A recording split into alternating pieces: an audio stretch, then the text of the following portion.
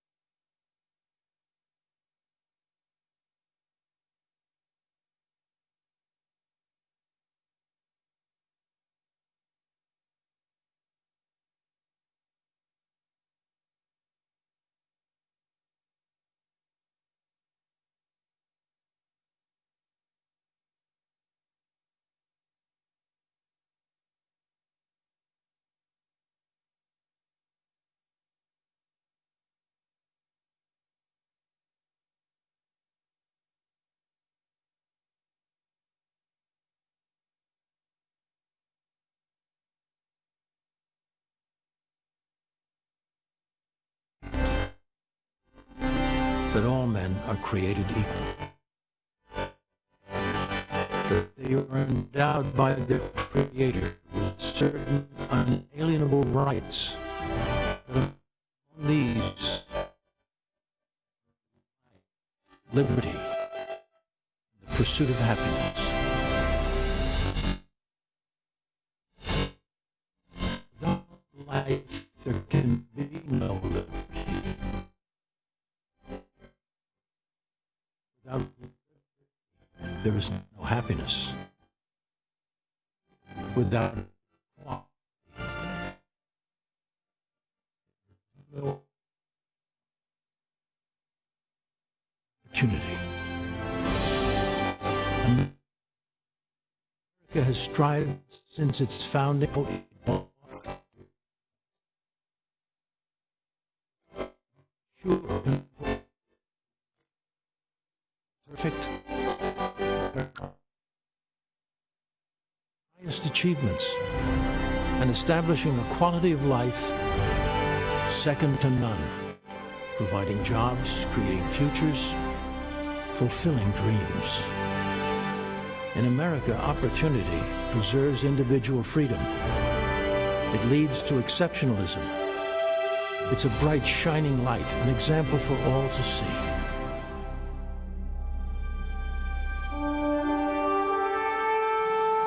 Tonight, we explore together America, land of opportunity.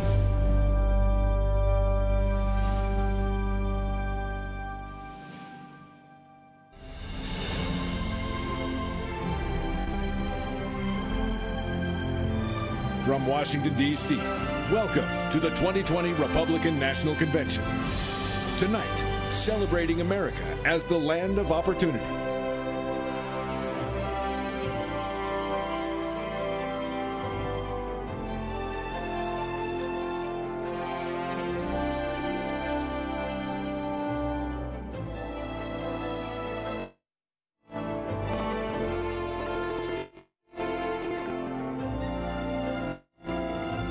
I'm going to invite you to join your faith with mine, and let's pray in agreement. Lord, we come before you to ask for your spirit of peace to come over hurting communities in Wisconsin tonight. We pray for healing and comfort to Jacob Blake and his family. We pray for your protection over those who put their lives in harm's way to bring safety and security to our streets. We pray that the truth and justice will be at the heart of all decisions that are made by our leaders, and that we as people will seek reconciliation with you as we do the same with each other. Thank you, Lord, for your goodness over our lives, for your blessing over our nation, for your guiding hand over every person that calls the United States of America their home. Lord, we thank you for all that have gone before us and have sowed seeds of sacrifice for our freedom, for our prosperity, and for our peace. Those that gave their lives so that we could live and achieve the American dream. Your word declares in 2 Corinthians, where the Spirit of the Lord is, there is freedom. This country was founded by the people for their God. Liberty, freedom, equality, it's what we want in our country. Lord, we invite you into our homes, into our lives. Give us revelation that will overthrow any enemies that stand against us so that we will be victorious in this next season. We need you. Let your kingdom come. Let your will be done on earth as it is in heaven. Surrender to your plans and purpose for our lives. We ask, bring heaven down to earth over every person here and all those watching today. As we move into this next chapter in our journey to greatness, we ask for your presence to be with us. Lead us, Lord. Give us strategies from heaven. I decree the words of Isaiah 11:2 over our president, vice president, and all government authorities from every state and nation. May the Spirit of the Lord rest on him, the spirit of wisdom and understanding, the spirit of counsel and might, the spirit of knowledge and the fear of the Lord. I release a blessing over every person and every home. Lord, release health, healing, peace, strength, and courage. Let us stand together in unity as we embrace another chapter on our journey to greatness. I decree and declare, America, the best is yet to come. And I ask all this in the name of Jesus. Amen. I pledge allegiance to the flag of the United States of America and to the republic for which it stands, one nation, under God, indivisible, with liberty and justice for all.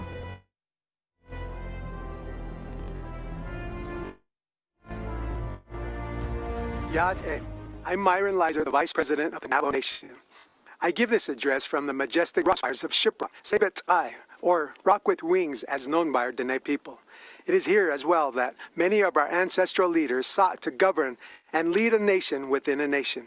They sought to lead their people into the promises of a better way of life for their children. It is also where they have not been as successful as the rest of America. Our First Nations people, the host people of the land, we are still here. Our Creator placed us here and knew for such a time as this, we would have an opportunity for an appeal to heaven. You see, our people have never been invited into the American dream. We, for years, fought congressional battles with past congressmen and senators that were part of a broken system that ignored us. That is, until President Trump took office. President Trump delivered the largest financial funding package ever to Indian country. The $8 billion in funding to Indian country was a great start in alleviating the devastating effects that the COVID-19 pandemic has inflicted on our Indian tribes. The Navajo Nation once led the nation in per capita positive cases because of the health disparities that previous administrations failed to improve. Whenever we meet with President Trump, he has always made it a priority to repair the relationship with our federal family. Recently, President Trump signed the first ever presidential proclamation officially recognizing missing and murdered American Indians and Alaska Natives. He established a task force called Operation Lady Justice to address the problem. The president also $273 million to improve public safety and support victims of crime in the Native American community. As a result, a cold case office was recently opened on the Gila River Indian community. The president has reactivated the White House Council on Native American Affairs to promote economic development and rural prosperity in Indian country. President Trump also strengthened the Supreme Court by nominating strong conservative judges like Neil Gorsuch, who supports Native American rights. Thank you for the opportunity to be here tonight. I'm excited to endorse President Trump's re-election. And Mr. President, we look forward to hosting you very soon. Come visit our land we call Denetra. Akia, thank you very much. I had always had this unshakable sense that I know that life has to be more than what it was I've been living. I caught my very first felony conviction at 16 years old, and that type of behavior had led me into more arrests, getting in trouble until the age of 30 years old. I was arrested for a string of bank robberies. And based off of my criminal history, there is a potential that a federal judge can sentence me up to 23 years in a maximum security United States federal penitentiary. And in that moment, I played a let's make a deal with God. And I asked God to climb into the robe of a judge. Whether it's 10 years or 50 years, I'm going to invest the rest of my life serving you. And I stood before that federal judge. Judge Mahan took his glasses off, leaned back and said, I don't know why I'm going to do this. But he said, I'm not going to give you what you deserve. Then he gave me a lesser sentence. And as I laid on that stainless steel cell, shackled by my hands and my feet, I heard God into my spirit. My son, I honored what you asked me to do. He said, never forget the promise that you made to me. And ever since that day, I got up off that floor and my life went in a 180-degree turn in the other direction. when John got that sentence, I just shook my head and said, wow, John, you are destined for bigger things than prison. My name is Richard Beasley. I was an FBI special agent for about 25 and a half years. It was something about his demeanor when he walked into that room. I had this feeling like everything's going to be okay. Then when he got out, he gave me a call and said, hey, Rich, let's have lunch. So I met him at McDonald's, and he's got a Bible with him. I've seen that before where guys have used a Bible as a prop. It took me about 30 seconds to understand that this was not a prop with John. He was a changed guy from the man that I arrested several years before. When I saw the way that he treated me fairly, I saw the man behind the suit. I started thinking, man, if that worked for me with this law enforcement officer, how can I multiply that and get more law enforcement officers involved so that we can impact this on a larger scale?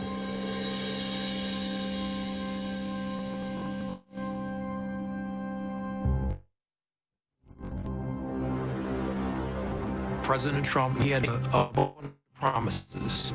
Let me just be transparent. When he first started talking about the things he was going to do, I'm sitting there going, wait a minute here. Is he serious? Everything he was saying that he wanted to do was the stuff that needs to be done. And before he walked out that meeting that day, I promised I'll make it out there to, come speak at one of your graduations. They were phenomenal. When he stood there in that graduation and he went out of his way to shake the hand of every one of those 29 graduates, set them on a whole nother vista of life because they had the office of the President of the United States. The promises that he made was promises that he kept. 2 years ago, I was honored to tell John Ponder's story of transformation in the Rose Garden on the National Day of Prayer. Today, I'm thrilled to welcome him back to the White House. John's life is a testament to the power of redemption. John grew up without his father. As he tells it, my mother was strong, but she wasn't able to keep us out of the gangs and off of the streets, and there were violent streets. At the age of 38, he was arrested for bank robbery. While John was in prison, he began reading the Bible and listening to Christian radio. One day he heard Reverend Billy Graham on the radio proclaim, "Jesus wants to be Lord of your life." On that day, John dedicated his life to Christ. He spent the rest of his time in prison studying the Bible. When he was released, he heard a knock at his door. It was the officer who put him in jail, FBI Special Agent Richard Beasley, who said, "I want you to know that I've been praying for you." Now, Richard and John are best friends, and we are Richard is here with us today. In the last 10 years since John was released, he has created one of the most successful reentry programs, Hope for Prisoners in Las Vegas. I was glad to speak there earlier this year. As John says, Hope for Prisoners is a movement that began as a dream in a tiny prison cell and is now making a difference in the lives of thousands, truly bringing hope that there is an opportunity and a community that is waiting and willing to offer them a second chance. John, we honor your devotion to showing returning citizens that they are not forgotten. We believe that each person is made by God for a purpose. I will continue to give all Americans, including former inmates, the best chance to build a new life, achieve their own American dream, a great American dream it is. Now I'd like to ask John and Richard to say a few words. I can't tell you how grateful I am to have the opportunity to speak here today. Not so long ago, my life was running from the police, fearing the police, and avoiding the police. Not because of anything that the police had done to me personally, but due to the animosity I had allowed to grow inside of me, making me believe that they were my enemy. But today, praise God, I am filled with hope. A proud American citizen who has been given a second chance. My transformation began in a prison cell where I found myself a 3-time convicted felon facing yet another sentence. I gave my life to Jesus and made him a promise that I would spend the rest of my days helping others like me. My first help and support came from the unlikeliest of places, the FBI agent who arrested me, Richard Beasley. He is now a dear friend and has been a source of encouragement throughout my entire journey. I am grateful for the men and women of the Los Angeles Metropolitan Police Department who volunteer their time to people who are returning to our local community after incarceration. These are the real-life heroes who put their lives on the line every day on the promise that they make to protect and to serve, have made a tremendous impact in the lives of men and women we enter back into our society. My hope for America is that formerly incarcerated people be afforded the opportunity to take advantage of the fact that we live in a nation of second chances. My hope for America is that law enforcement and people in communities across our country can come together and realize that as Americans, we have more in common than we have differences. My hope for our great nation is to continue on this path we are on of being the most prosperous country in the world. I'm so proud of John with his life's turnaround and for all lives that he's helped to change. It may be hard to believe that as a retired FBI agent, one of my best friends is a person I arrested for bank robbery. When I met John 15 years ago, he was angry, scared, frustrated, and anxious about his future. On the drive to prison, I stopped at a convenience store and bought John a coffee and a donut. After he was sentenced, John sent me a necktie and a note thanking me for treating him like a gentleman.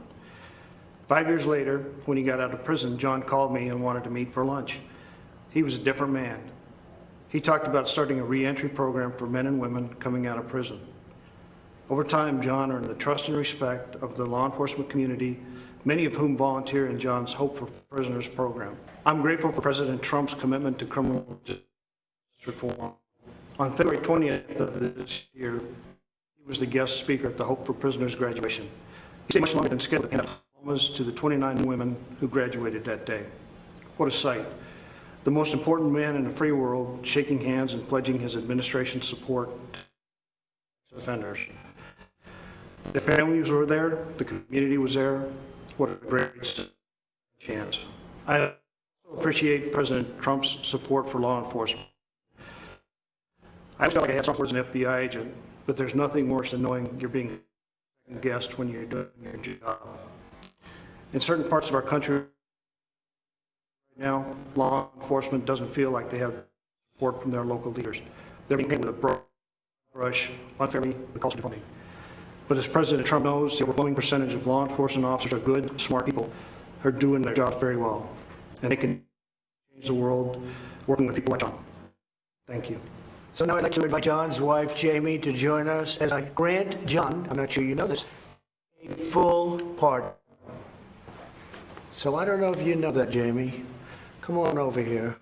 It's just an honor. And you have done incredible work. Thank you, sir. And all of Las Vegas, all of Nevada, and all of every place in this country is very proud of you. The job you've done, bringing people back. And you're right, I was supposed to be there for 5 minutes. I stayed for an hour and a half because it was so interesting to me. Congratulations to both. Thank you, sir. Thank you. Richard, thank you very much for the job you do. Thank you. It's fantastic. Thank you. Thank you.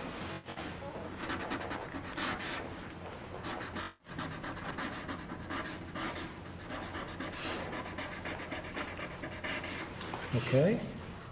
I think I'll give it to Jamie. What do you think?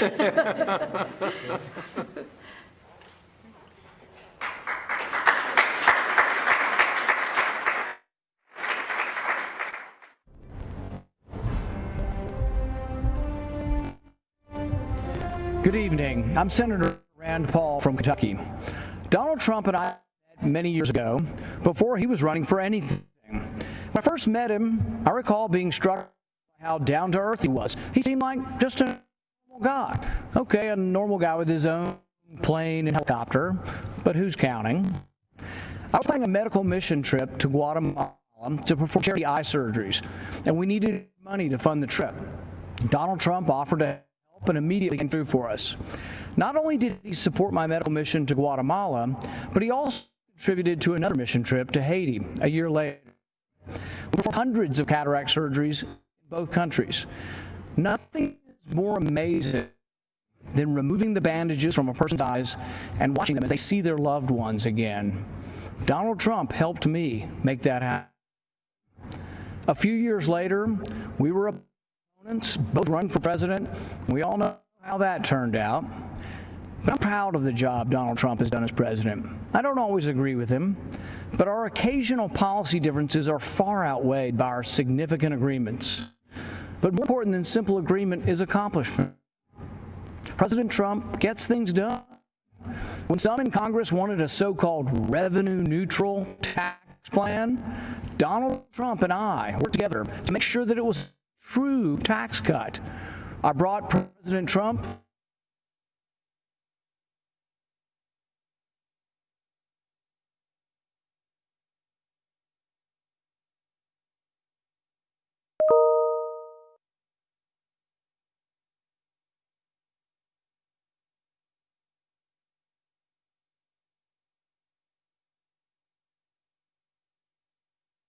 sought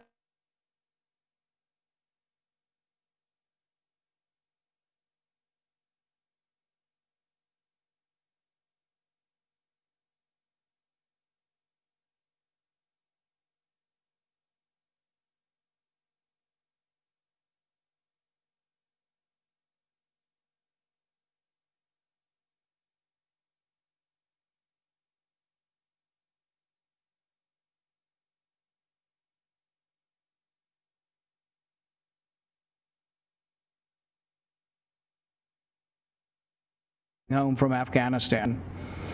I'll never forget, but the president is committed to ending this war. President Trump is the first president in a generation to seek to end war rather than start one. He intends to end the war in Afghanistan. He is bringing our men and women home.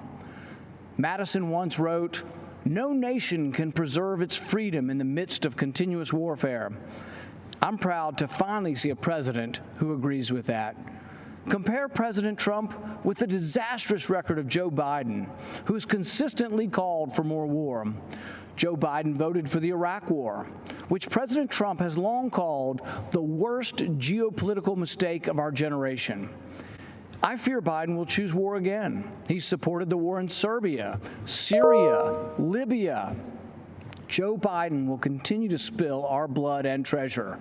President Trump will bring our heroes home. If you hate war like I hate war, if you want us to quit sending $50 billion every year to Afghanistan to build their roads and bridges instead of building them here at home, you need to support President Trump for another term. So to our soldiers and their families, join me in supporting President Trump. To those of you who want lower taxes and better, less expensive health care, join me in supporting President Trump. To those of you who want to stand up and fight the socialists poisoning our schools and burning our cities, join me in supporting President Trump. Let's rebuild America together.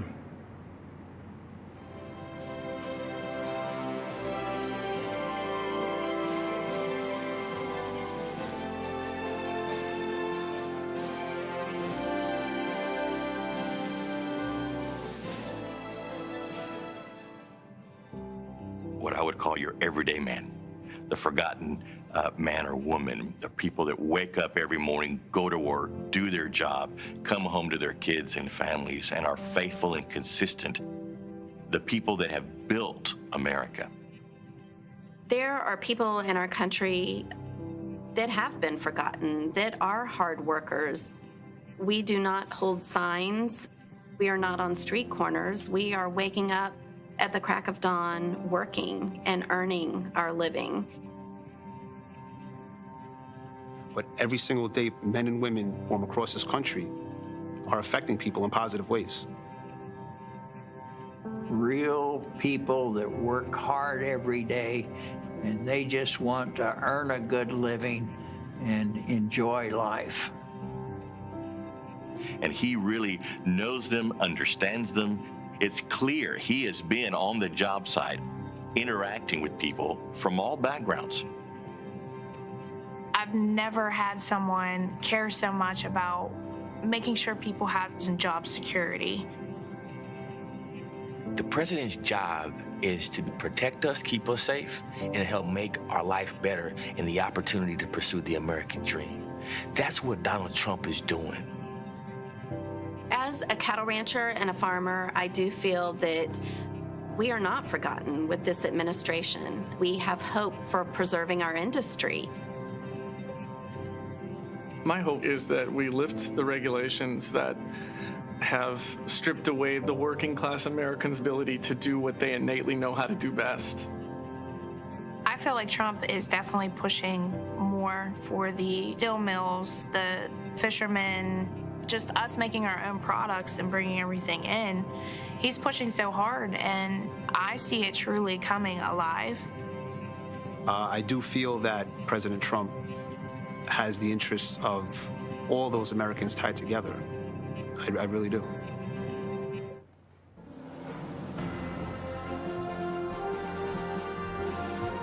Good evening. My name is Jason Joyce, and I'm an 8th-generation lobster fisherman from Swans Island, Maine.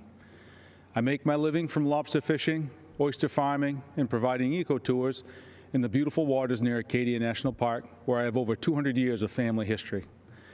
I have to confess, I didn't support Trump in 2016.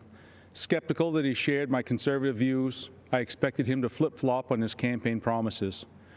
But he has followed through on his promises, including last week when he brokered a deal to end European Union tariffs of 8% on Maine live lobsters and up to 20% on Maine lobster products, which is great news for Maine's lobstermen and women.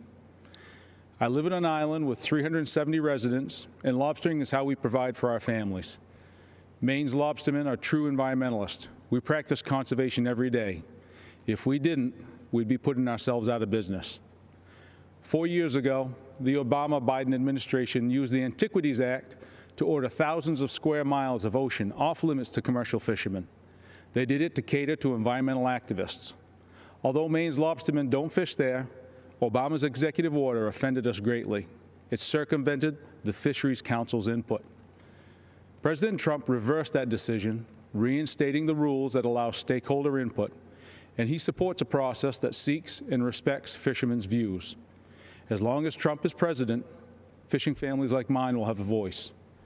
But if Biden wins, he'll be controlled by the environmental extremists who want to circumvent long-standing rules and impose radical changes that hurt our coastal communities. I strongly support President Trump's re-election. When he sees something isn't right, he's fearless in fixing it. He listens to working people. He nominates judges who respect the Constitution and the right to life. He keeps his word, like eliminating the European tariffs and moving the U.S. Embassy from Tel Aviv to Jerusalem. I hope you will join me this time in voting for President Trump. Stand up for your country. Thank you.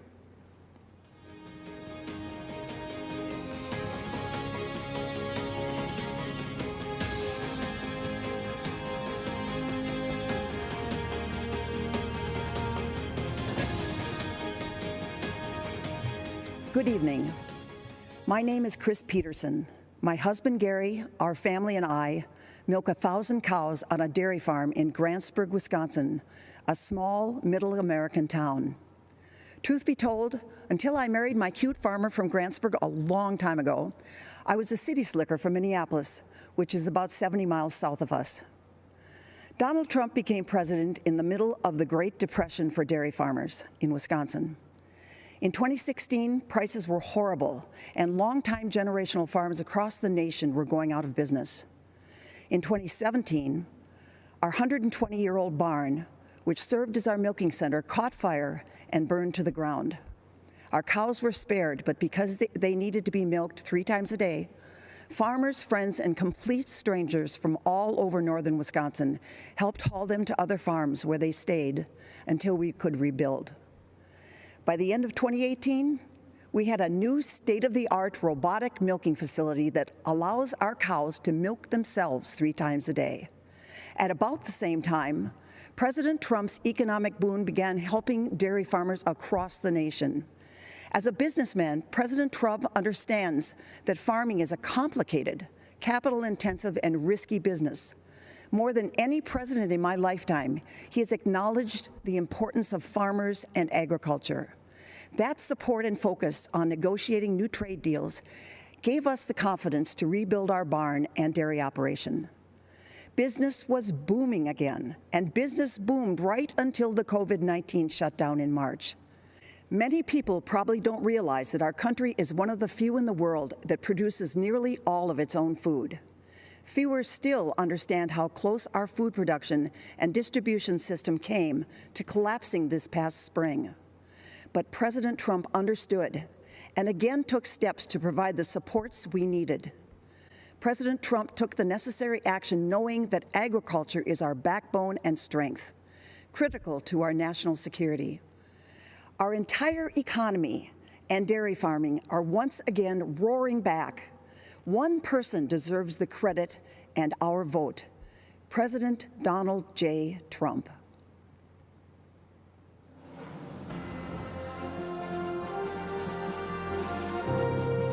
What was happening prior to President Trump, you had businesses that were overregulated, not a friendly environment at all to start a company.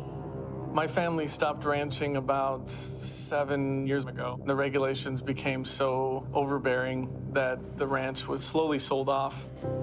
I lost businesses because of these regulations. The factories in our towns closed. The businesses in our towns have shut. It got to the point finally that middle America needed help. President Trump came in and was able to shed light on an area that had been so long left behind.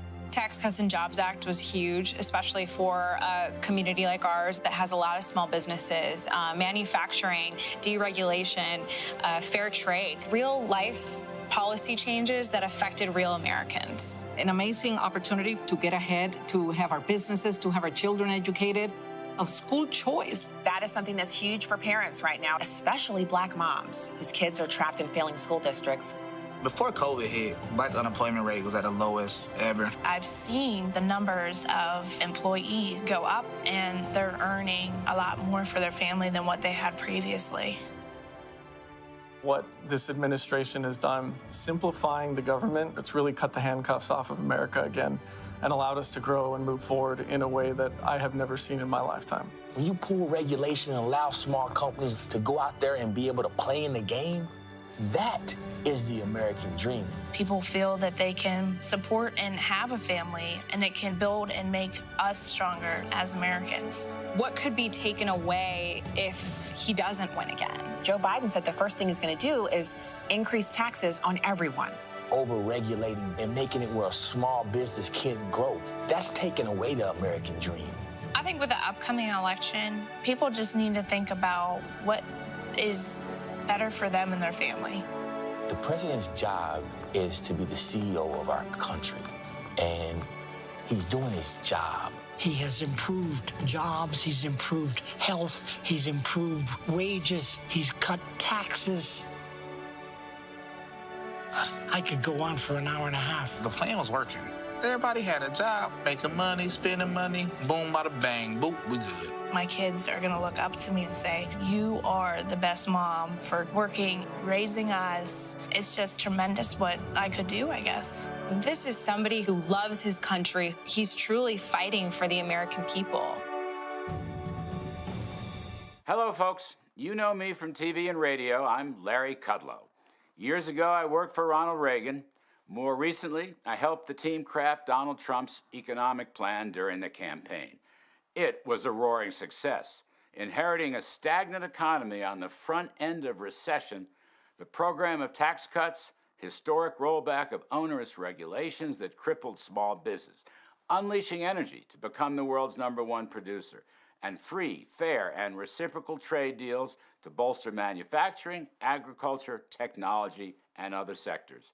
The economy was rebuilt in 3 years. Unemployment fell to the lowest rate of 3.5%. Blue collars, African Americans, Hispanics, women, all groups benefited enormously. Everyone was better off. A rising tide lifted all boats.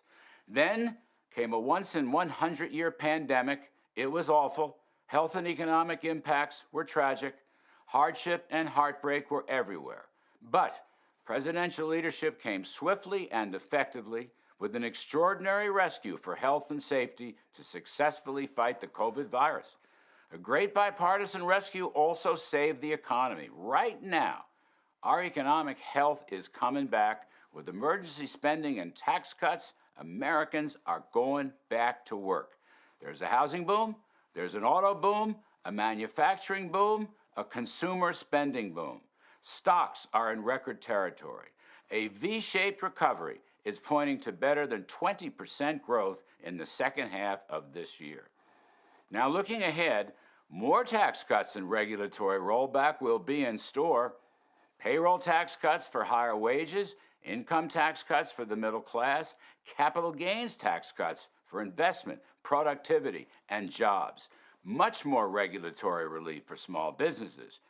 In economic terms, folks, this is no time for a $4 trillion tax hike.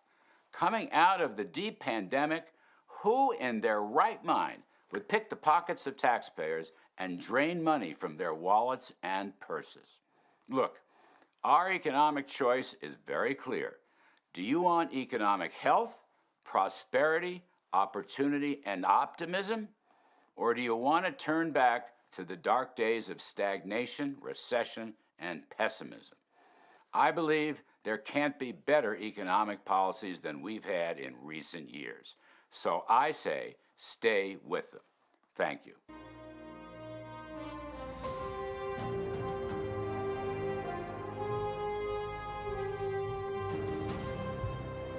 I'm John Peterson, owner of a second-generation metal fabrication business called Shooty Metals. We've been stamping our products and services made in the USA since 1957. My brother and I purchased the business from my uncles almost 38 years ago. What was a 12-person shop has now grown into a company employing 165 people today. Like most companies that are successful over the long run, we had to reinvent ourselves as the market changed. 6 years ago, we invested heavily in our business, just as a great recession appeared. Barack Obama and Joe Biden, two career politicians who knew nothing about business, couldn't get the government out of our way, and it put our business in a tailspin. Sadly, we were forced to make decisions, which included cutting staff, a torturous experience when our employees are like family. The Obama-Biden era banking regulations left us no choice. It tied our lenders' hands, and it deprived us of the lifeblood of our business, capital. We scratched and we clawed for 2 years, and then everything changed. Donald Trump was elected president, and he knew what it was like to build a company and create jobs. One of the first things he did was to cut red tape and put an end to draconian-type banking regulations. He also cut taxes on small businesses, allowing us to be more competitive both domestically and internationally. In fact, we increased revenues by 25% for 2 years in a row. By getting rid of the job-killing NAFTA and negotiating the U.S.-Mexican-Canada trade agreement, President Trump ensured a more competitive playing field for American companies. Even with all the challenges presented by the coronavirus, President Trump is rebuilding, and our economy is roaring back again. But when I hear that Joe Biden is ready to raise taxes, crush us with regulations, and weaken our international trade position, I shudder. We simply cannot endure a Biden-induced recession. Some will struggle, some will not survive, and working men and women of America will get crushed yet again. This is not time to hand our government over to a washed-up career politician who will be nothing but a puppet of the radical left Democrats. As a lifelong resident of Wisconsin, I'm a fan of the Badger football team. Many may not realize that the Wisconsin Badgers and the president share three common qualities. They are smart, they're tough, and they're dependable. And as a businessman, I can tell you that those qualities we need in our country's leader, and that's why we need to re-elect Donald J. Trump. Thank you, and God bless America.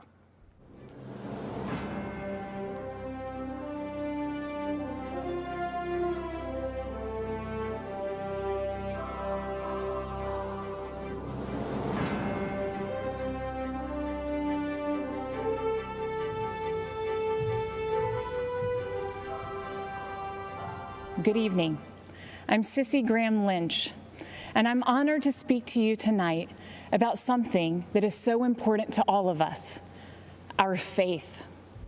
As Americans, we know the first line of the First Amendment protects our freedom of religion. But what we often forget, the actual words are free exercise of religion. That means living out our faith in our daily lives, in our schools, in our jobs, and yes, even in the public square. Our founders did not envision a quiet, hidden faith. They fought to ensure that the voices of faith were always welcomed, not silenced, not bullied.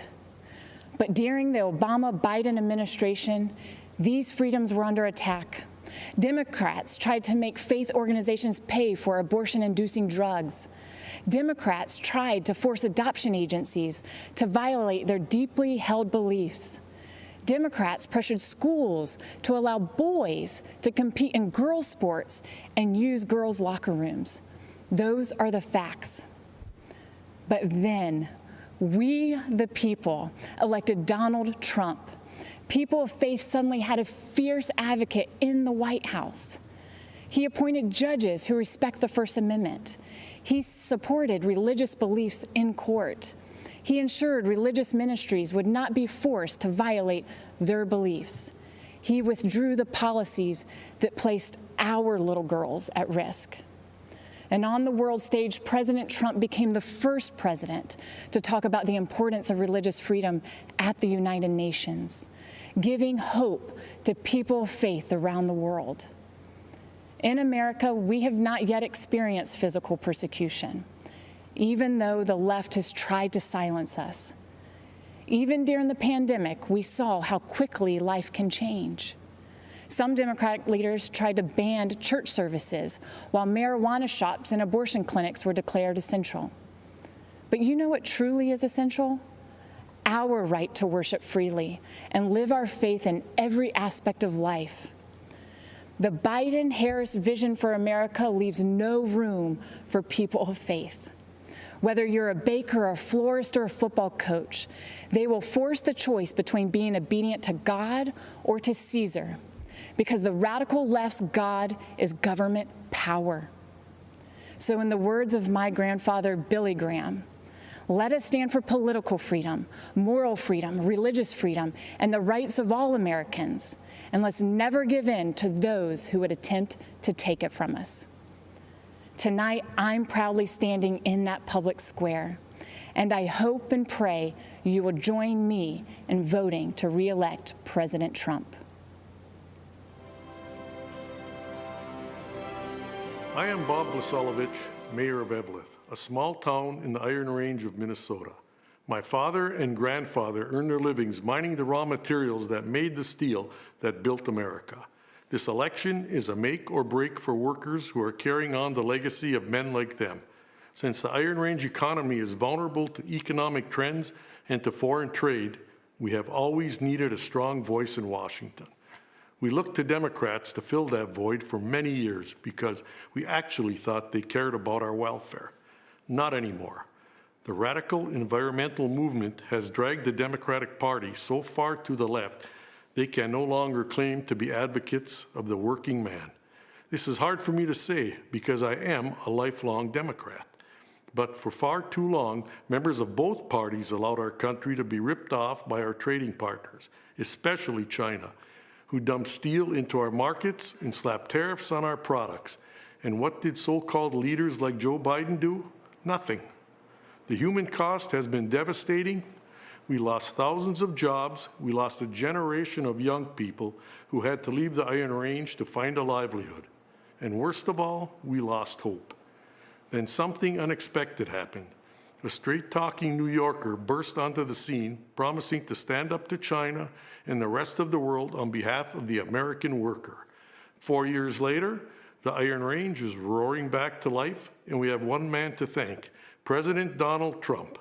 He made good on his promises by cutting our taxes, rolling back senseless regulations, and delivering trade deals that put America's interests first. But the fight is not over. Joe Biden has allowed radicals like AOC to craft his environmental policies.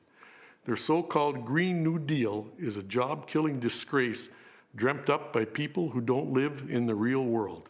But Biden is too weak, too scared, and too sleepy to stand up to the radical left. He has been doing nothing in Washington for 47 years. Why would year 48 be any different?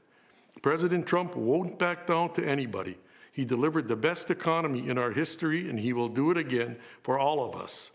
The Iron Range's economic future and survival is at stake, and so is America's. We know we can count on President Trump to fight for us and win. Let's make sure he wins on November 3rd. God bless America.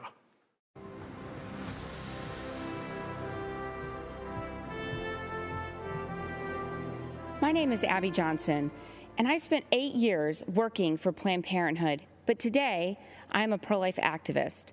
When I was in college, Planned Parenthood approached me at a volunteer fair. They talked about helping women in crisis and their commitment to keep abortion safe, legal, and rare.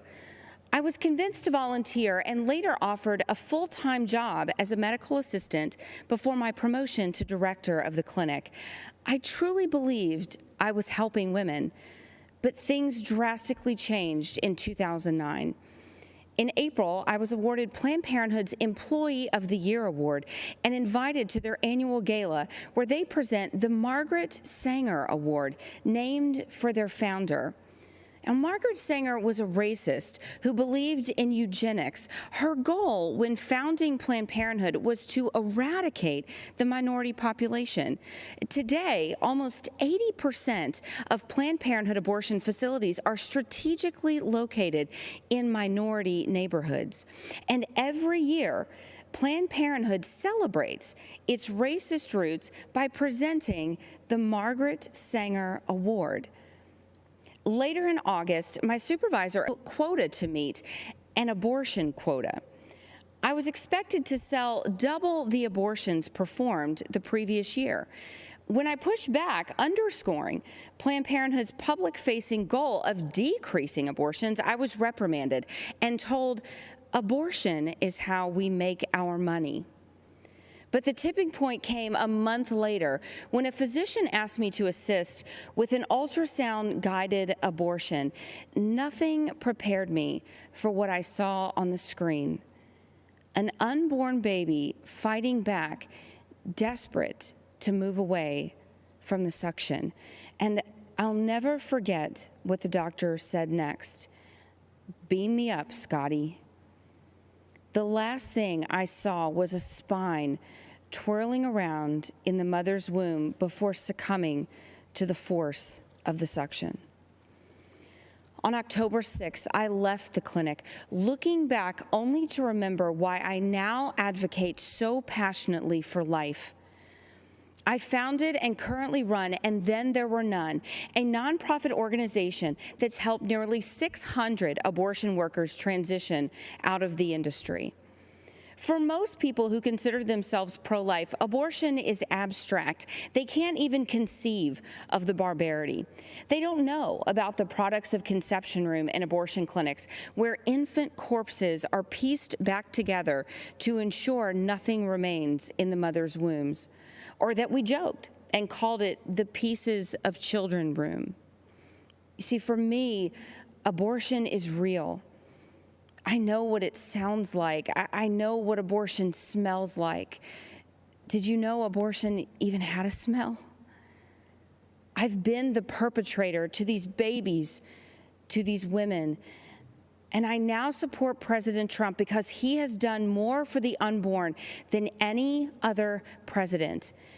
During his first month in office, he banned federal funds for global health groups that promote abortion. That same year, he overturned an Obama-Biden rule that allowed government subsidy of abortion. He appointed a record number of pro-life judges, including 2 Supreme Court justices, and importantly, he announced a new rule protecting the rights of healthcare workers objecting to abortion, many of whom I work with every day. Life is a core tenet of who we are as Americans. And this election is a choice between 2 radical anti-life activists and the most pro-life president we have ever had. That's something that should compel you to action. Go door to door, make calls, talk to your neighbors and friends, and vote on November 3rd. Take action that reelects our president, and do it with our very most vulnerable Americans in mind, the ones who haven't been born yet.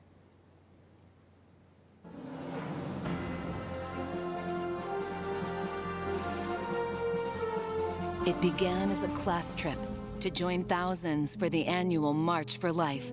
These Catholic young men traveled from Kentucky to stand up for what they believed in. But what happened was something very different. Crackers with Make America Great hat on. You little dirty crackers, your day coming. Young Klansmen.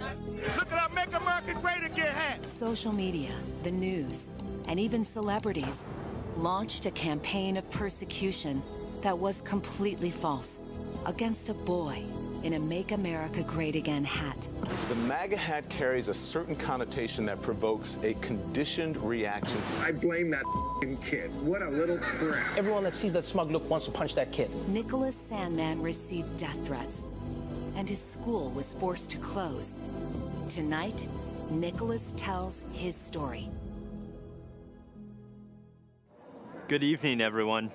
My name is Nick Sandmann, and I'm the teenager who was defamed by the media after an encounter with a group of protesters on the steps of the Lincoln Memorial last year. Before I begin, I'd like to thank President Trump for the opportunity to share some of my story and why it matters so much to this November's election. In 2019, I attended the March for Life in Washington, D.C., where I demonstrated in defense of the unborn. Later that day, I bought a Make America Great Again hat because our president, Donald Trump, has distinguished himself as one of the most pro-life presidents in the history of our country, and I wanted to express my support for him too. Looking back now, how could I have possibly imagined that the simple act of putting on that red hat would unleash hate from the left and make myself the target of network and cable news networks nationwide? Being from Kentucky, the birthplace of Abraham Lincoln, my classmates and I visited the Lincoln Memorial. I found myself face to face with Nathan Phillips and other professional protesters looking to turn me into the latest poster child showing why Trump is bad, while the media portrayed me as an aggressor with a relentless smirk on my face. In reality, the video confirms I was standing with my hands behind my back and an awkward smile on my face that hid two thoughts. One, don't do anything that might further agitate the man banging a drum in my face. And two, I was trying to follow a family friend's advice, never to do anything to embarrass your family, your school, or your community. Before I knew what was happening, it was over. One of Mr. Phillips' fellow agitators yelled out, "We got him. It's all right here on video. And we won, Grandpa." What I thought was a strange encounter quickly developed into a major news story, complete with video footage. My life changed forever in that one moment.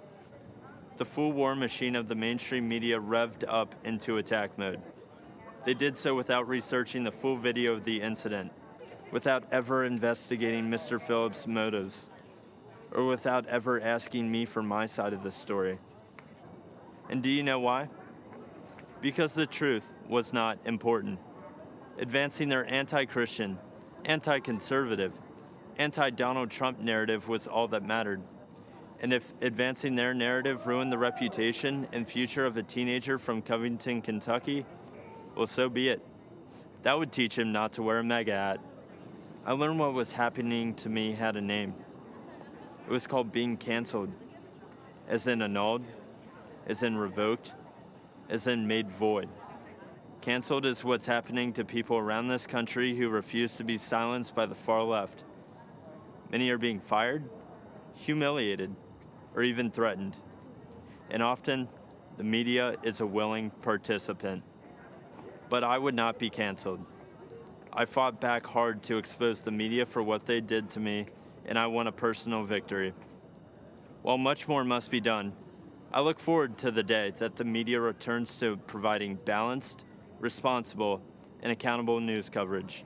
I know President Trump hopes for that too. And I know you'll agree with me when we say that no one in this country has been a victim of unfair media coverage more than President Donald Trump.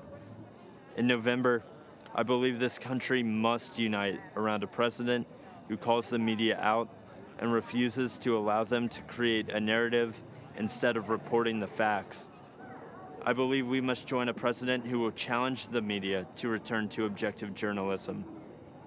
And together, I believe we must all embrace our First Amendment rights and not hide in fear of the media or from the tech companies or from the outrage mob either.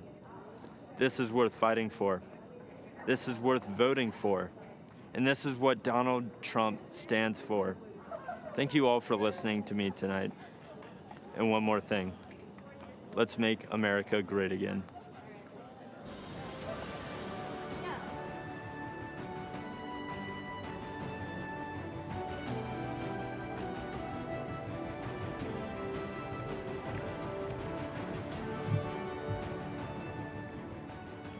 I'm Pam Bondi.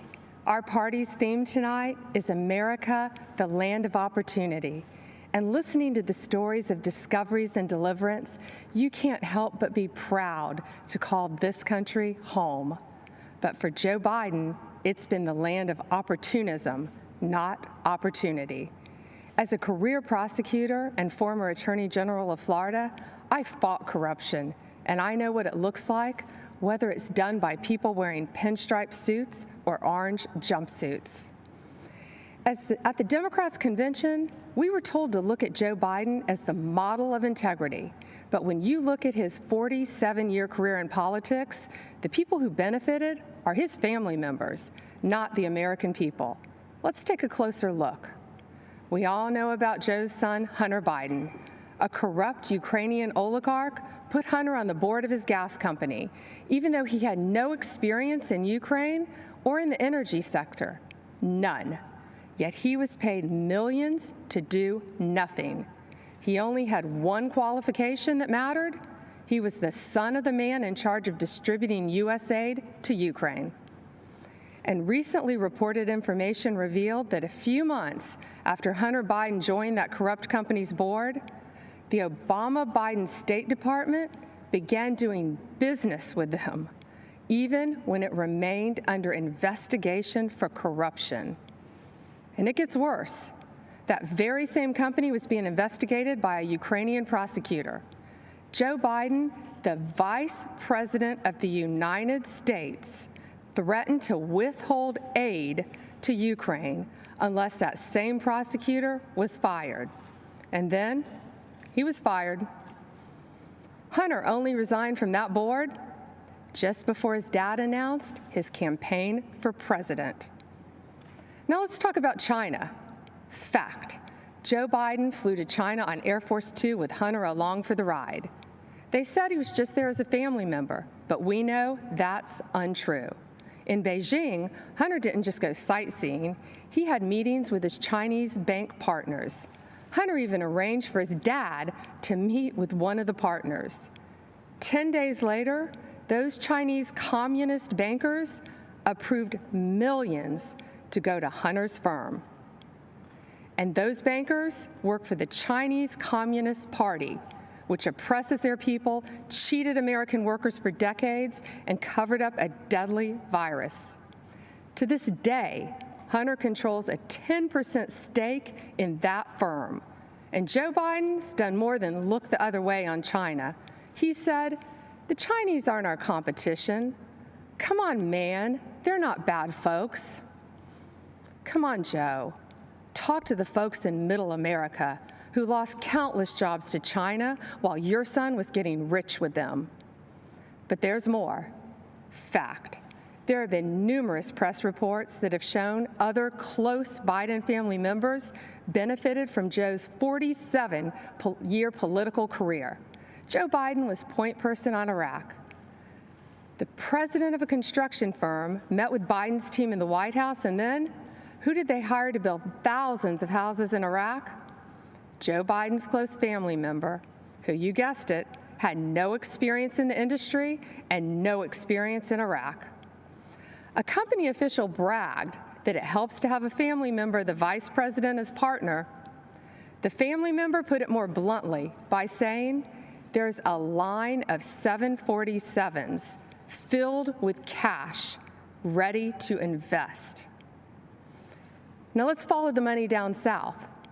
Again, as reported in the press, yet another close family member of Joe's set his sights on Costa Rica and Jamaica, where millions of dollars flowed from the Obama-Biden administration in taxpayer-backed loans to projects linked to, yes, that same family member. These aren't isolated incidents. It is a deliberate pattern of conduct. And that's just what he did as vice president. Imagine what he'd do as president. How many American families would be allowed to get away with this? Why should there be one standard for the elite political class and another set of rules for the rest of us? When millions of Americans voted for Donald Trump, they knew he'd be different, and he is. He's a tough, no-nonsense outsider who can't be bought or intimidated. He won't even take a paycheck from the American people. He donates his paycheck to charities across this country. Democrats have been lecturing America about integrity for 4 years, while their nominee has been writing the textbook on abuse of power for 40 years. If they want to make this election a choice between who's saving America and who's swindling America, bring it on. Joe says he'll build back better. Yeah, build the Bidens back better. Our president is in this to build a safer, better, and stronger America, and he will finish what he started to keep this a real land of opportunity for everyone. If you want to check your voting status, secure your ballot, or register to vote, text VOTE to 88022. Remember, the best is yet to come.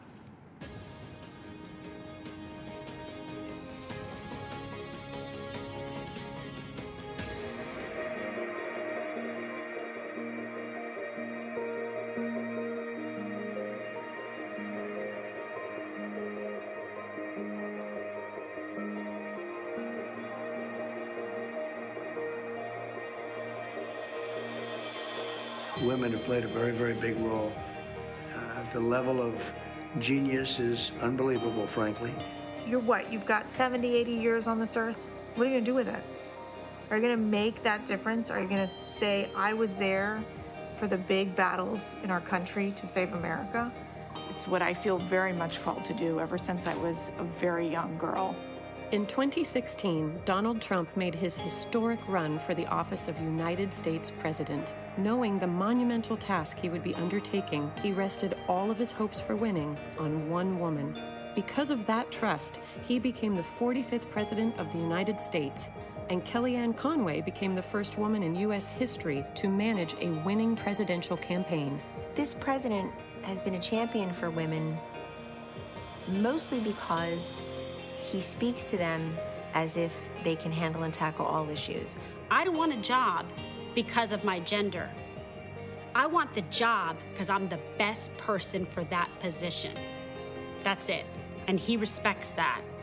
And he appreciates hard work. You can't ask for anything better, especially in a boss. President Trump continues to place strong women into significant positions throughout his administration and campaign, far more than any other president in U.S. history. That he has had and does have more women on his top team than any president before, but it actually goes down to his deputy assistants, to his special assistants, to our awesome teams throughout the West Wing. And when he called me and said, I want you to represent my entire campaign, I became the first Black woman to represent a Republican presidential campaign, winning presidential campaign in United States history. Throughout his career, Trump has always touted family first as a core value. He shows this especially with his choices of press secretaries, choosing Sarah Sanders, the first mother to become a press secretary, Stephanie Grisham, the first single mother to serve as press secretary, and Kayleigh McEnany, who transitioned into the job while also transitioning into the job of mom. I have 4 children. Kellyanne Conway has 4 children. Ivanka has, I think between all the senior staff women, we might have 75 kids. I'm not sure, we've lost count, but the importance of the work is never lost on any of us. And truly, it is those children that we are fighting for and for their future. With these capable women placed in positions of powerful influence and authority, President Trump has proven that when the stakes are highest, he is proud to entrust many of our nation's most crucial jobs to women. The number of dedicated, amazing, brilliant, relentless women that are dedicated to the country and to the president and to preserving the American dream is one of the greatest, if not the greatest things I'll ever be a part of.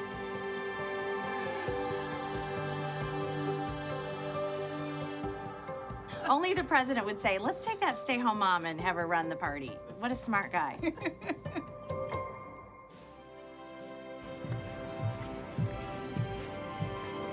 Good evening. I'm Tiffany Trump.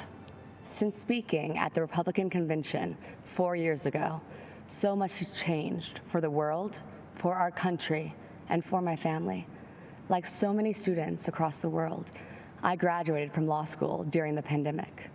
Our generation is unified in facing the future in uncertain times, and many of us are considering what kind of country we want to live in. As a recent graduate, I can relate to so many of you who might be looking for a job. My father built a thriving economy once, and believe me, he will do it again. This election, I urge each and every one of you to transcend political boundaries. This is a fight for freedom versus oppression, for opportunity versus stagnation, a fight to keep America true to America. I urge you to make judgment based on results and not rhetoric. If you believe in criminal justice reform, there is only one president that passed the First Step Act, giving people a second chance, a chance at a life once again. And if you believe in expanding quality and affordable health care, only President Trump, my father, signed the right to try into law, the Favored Nations Clause, and other actions to lower drug prices and keep Americans from getting ripped off.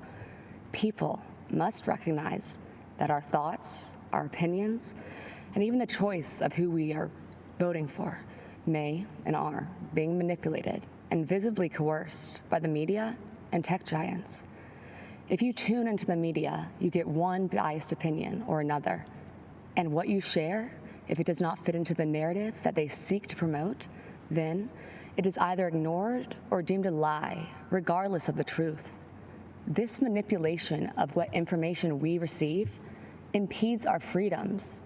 Rather than allowing Americans the right to form our own beliefs, this misinformation system keeps people mentally enslaved to the ideas they deem correct. This has fostered unnecessary fear and divisiveness amongst us.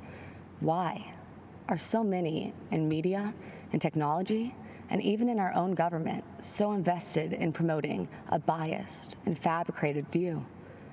Ask yourselves, why are we prevented from seeing certain information?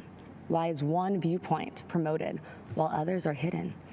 The answer is control, because division and controversy breed profit. But what are the consequences when only one side of the story gets out, or when only one viewpoint is acceptable?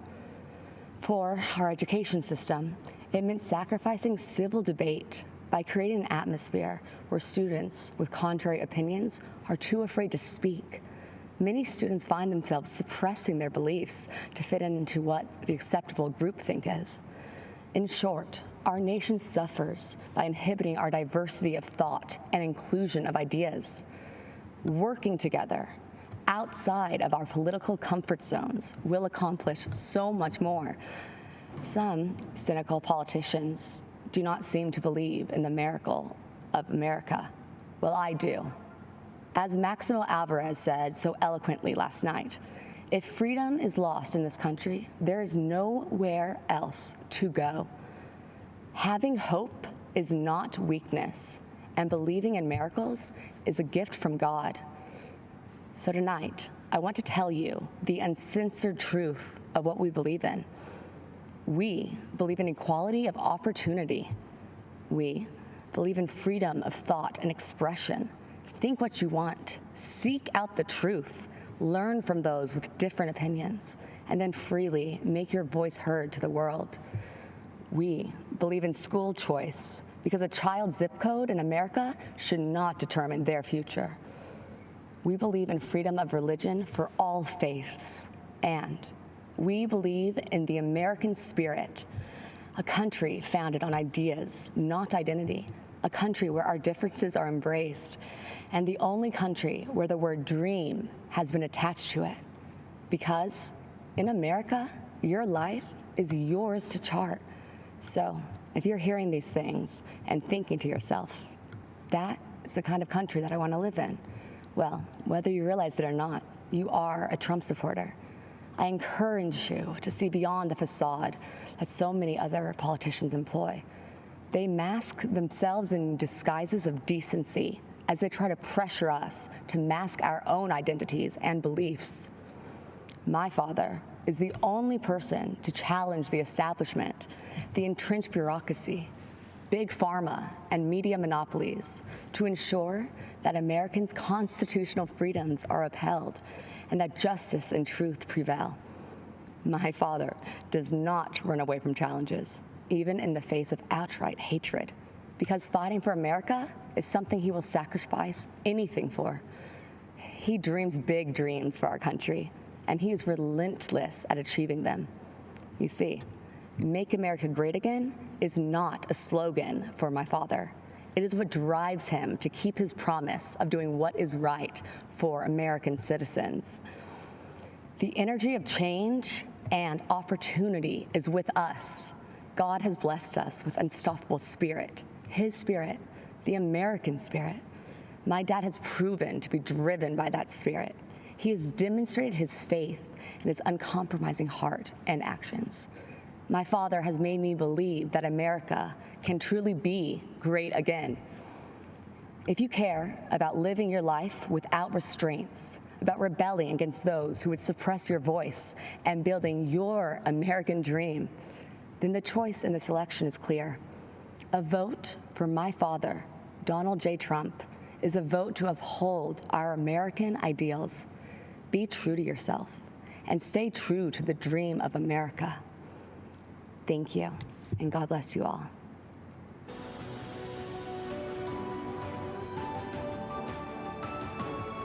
I'm Kim Reynolds, Governor of the great state of Iowa. I love this state, and I'm so proud to serve its people. Iowa truly is a land of opportunity. It's the birthplace of the computer, it's a landmark of the financial services industry, and as so many of you already know, it's filled with farmland that feeds and fuels the world. It's also home to people who care for one another, who work hard, who love this country, and are truly grateful for the freedoms it provides. As I like to say, Iowa is one big small town. Neighbor helping neighbor is in our DNA. From the sick farmer who can't harvest his crops, to the single mom who loses her job and is struggling to get back on her feet, the town, the community, helps them get through it.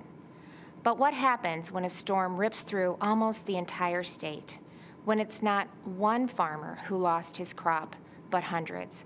When it's not one neighbor who is without food, but thousands? That happened just 2 weeks ago. A storm called a derecho with hurricane-force winds of up to 140 miles per hour wiped out millions of acres of crops, left thousands without power. It destroyed homes, wrecked lives, and left devastation in its wake. It was the worst storm in our state's history. And Iowans did what you expect Iowans to do. They helped each other, they took care of each other, and they still are. But someone else had our back, our president. When the winds had finished raging and the cleanup had only begun, he showed up. Now, you might not know that because the national media didn't report it, but the Trump administration was here in full force. The day after the storm, the president called to assure me that we had the full backing of the federal government. And later that week, Vice President Pence came to Iowa to again assure us that the president and his administration were behind us. With the help of the Trump administration, we quickly received a major disaster declaration that will help Iowans get back on their feet. The president, he cut through the bureaucracy to do what needed to be done and to do it quickly. But that's not the first time President Trump showed Iowans that we can rely on him. In 2019, when 100-year floods breached nearly every levee and devastated communities large and small along the Missouri River in Iowa, Nebraska, and Missouri, the president approved our request for aid in record time, in just 2 days. Well, this year, he did it in less than 24 hours. So whether it's providing needed relief to farmers who were the target of China's unfair trade practices, hammering out new free and fair trade deals, or fighting for workers and small businesses who were hit hard by COVID-19, we have a president and a vice president who get things done. And because of President Trump and his leadership, our country is able to bounce back from setbacks and see opportunity grow and thrive. This is an administration of action and outcomes. They are delivering every day on their promise to make America great again. And that's exactly why we need to re-elect President Donald J. Trump in November. Thank you, and may God bless the United States of America. America, the land of opportunity, a country where your own resolution to succeed is more important than any other. Abraham Lincoln's words from 165 years ago still resonate today because of who we are and because of what we are. A country where a boy born into poverty in a log cabin, raised right here on the frontier of Indiana, could educate himself, become a lawyer, become a president of the United States who would preserve the Union, abolish slavery, and save the nation. As a fellow Hoosier, visiting Lincoln's boyhood home has always been a treasured experience for me and my family. It's a place that made Lincoln. It shaped Lincoln and defined the man that Lincoln would become. America is the land of opportunity. As President Donald Trump declared at Mount Rushmore, in America you can do anything. You can be anything. And together, we can achieve anything. Every day, President Donald Trump is fighting to protect the promise of American liberty. Every day, our president's been fighting to expand the reach of the American dream. And on every single day, without fail, President Donald Trump has been fighting for you. So tonight, I'd like to introduce you to a few remarkable Americans who represent that solemn pledge, who embody our president's unbreakable devotion to ensuring that America is a land of unlimited opportunity for all. Jack is an 8-year-old from Wisconsin who was struggling academically and socially in school. But Jack's mom, Sarah, who works 3 jobs to support her son, applied for Wisconsin's school choice voucher program. We're glad that we were able to get the school choice voucher to go to that school. With Jack, he would have slipped through the cracks in public schools, and having the option to go to a school that fits him has been a real game changer for us. And I know that because of that opportunity that he's going to succeed and he's going to achieve that goal of being an apparatus engineer, if that's what he chooses to stick with. Laura McClin is a mother of another inspiring boy, Jordan. Jordan has Duchenne muscular dystrophy, a fatal muscle weakening disorder. Jordan was at my side in Indiana when, as governor, I signed a law allowing terminally ill patients to access experimental drugs not yet approved by the FDA. In 2018, President Trump signed the landmark federal Right to Try bill into law. Thanks to the president's leadership, critically ill patients have the right to access life-saving experimental treatments. We started fighting for Right to Try, which basically says if you have a terminal illness and there's a drug that exists and you don't qualify for the clinical trial, there's no other way to receive it. This is a unique pathway that allows you to have access. You made us a promise back in Indiana that you would do whatever it took to help Jordan, and we're so grateful that you joined us on this journey and stuck it out until it became law so that other people could access treatments. So, Jordan, if President Trump was standing right there, what would you say to him today about Right to Try? Thank you for being a hero to everybody in the country. Judge Cheryl Allen made history in 2007 when she became the first African-American woman to be elected to serve on the Pennsylvania Superior Court. It's because of leaders like Judge Allen that our nation has overcome our greatest challenges. In this time of racial division in the country, Yes. do you see faith and values and Absolutely. the strong stand that President Trump has taken for equality of opportunity as a pathway toward bringing the country together? As a senior citizen, I'll leave it at that. I know what racism feels like, but I also know that but for my being in this country, I would have never been able to achieve the things that I have been able to achieve. There are injustices, but the way to deal with those injustices is for people to sit down across the table and talk and come up with solutions. I do believe that President Trump is committed to that. In 2016, I have to confess that I really did not know candidate Trump at the time, but I have to say that he really won me over. Gino's a truck driver from Ohio who heard politicians for years make empty promises about defending American jobs, only to see those promises broken again and again. But in 2019, when General Motors closed its plant in Lordstown, Ohio, President Donald Trump refused to stand by and watch it happen.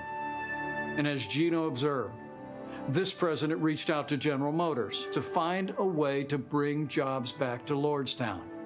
And plans were soon set into motion to create Lordstown Motors. President Trump says, this is how we fix it. And I thought, well, that's a simple solution. There's no other president that could have done it. There's no one that has even tried to do it. President Trump's a doer. He appreciates every one of us, and I know he does. I've seen it. When he said, make America great again, that was his task. That wasn't his slogan. That was his task. And every hat you see that says MAGA on it, that's what your president's doing for you. Thank you, Mr. President, for keeping the promises that you made. And then there's Pastor Aaron Johnson. Today, he's the executive director of the Tulsa Dream Center, a nonprofit that provides education and medical services and food to those in need. AJ, you've got a great personal story. When you see the way this president, this administration have been leaning in to create opportunities, investments in communities around the country to create jobs, expanding educational choice, what does that mean to the families that you serve every day?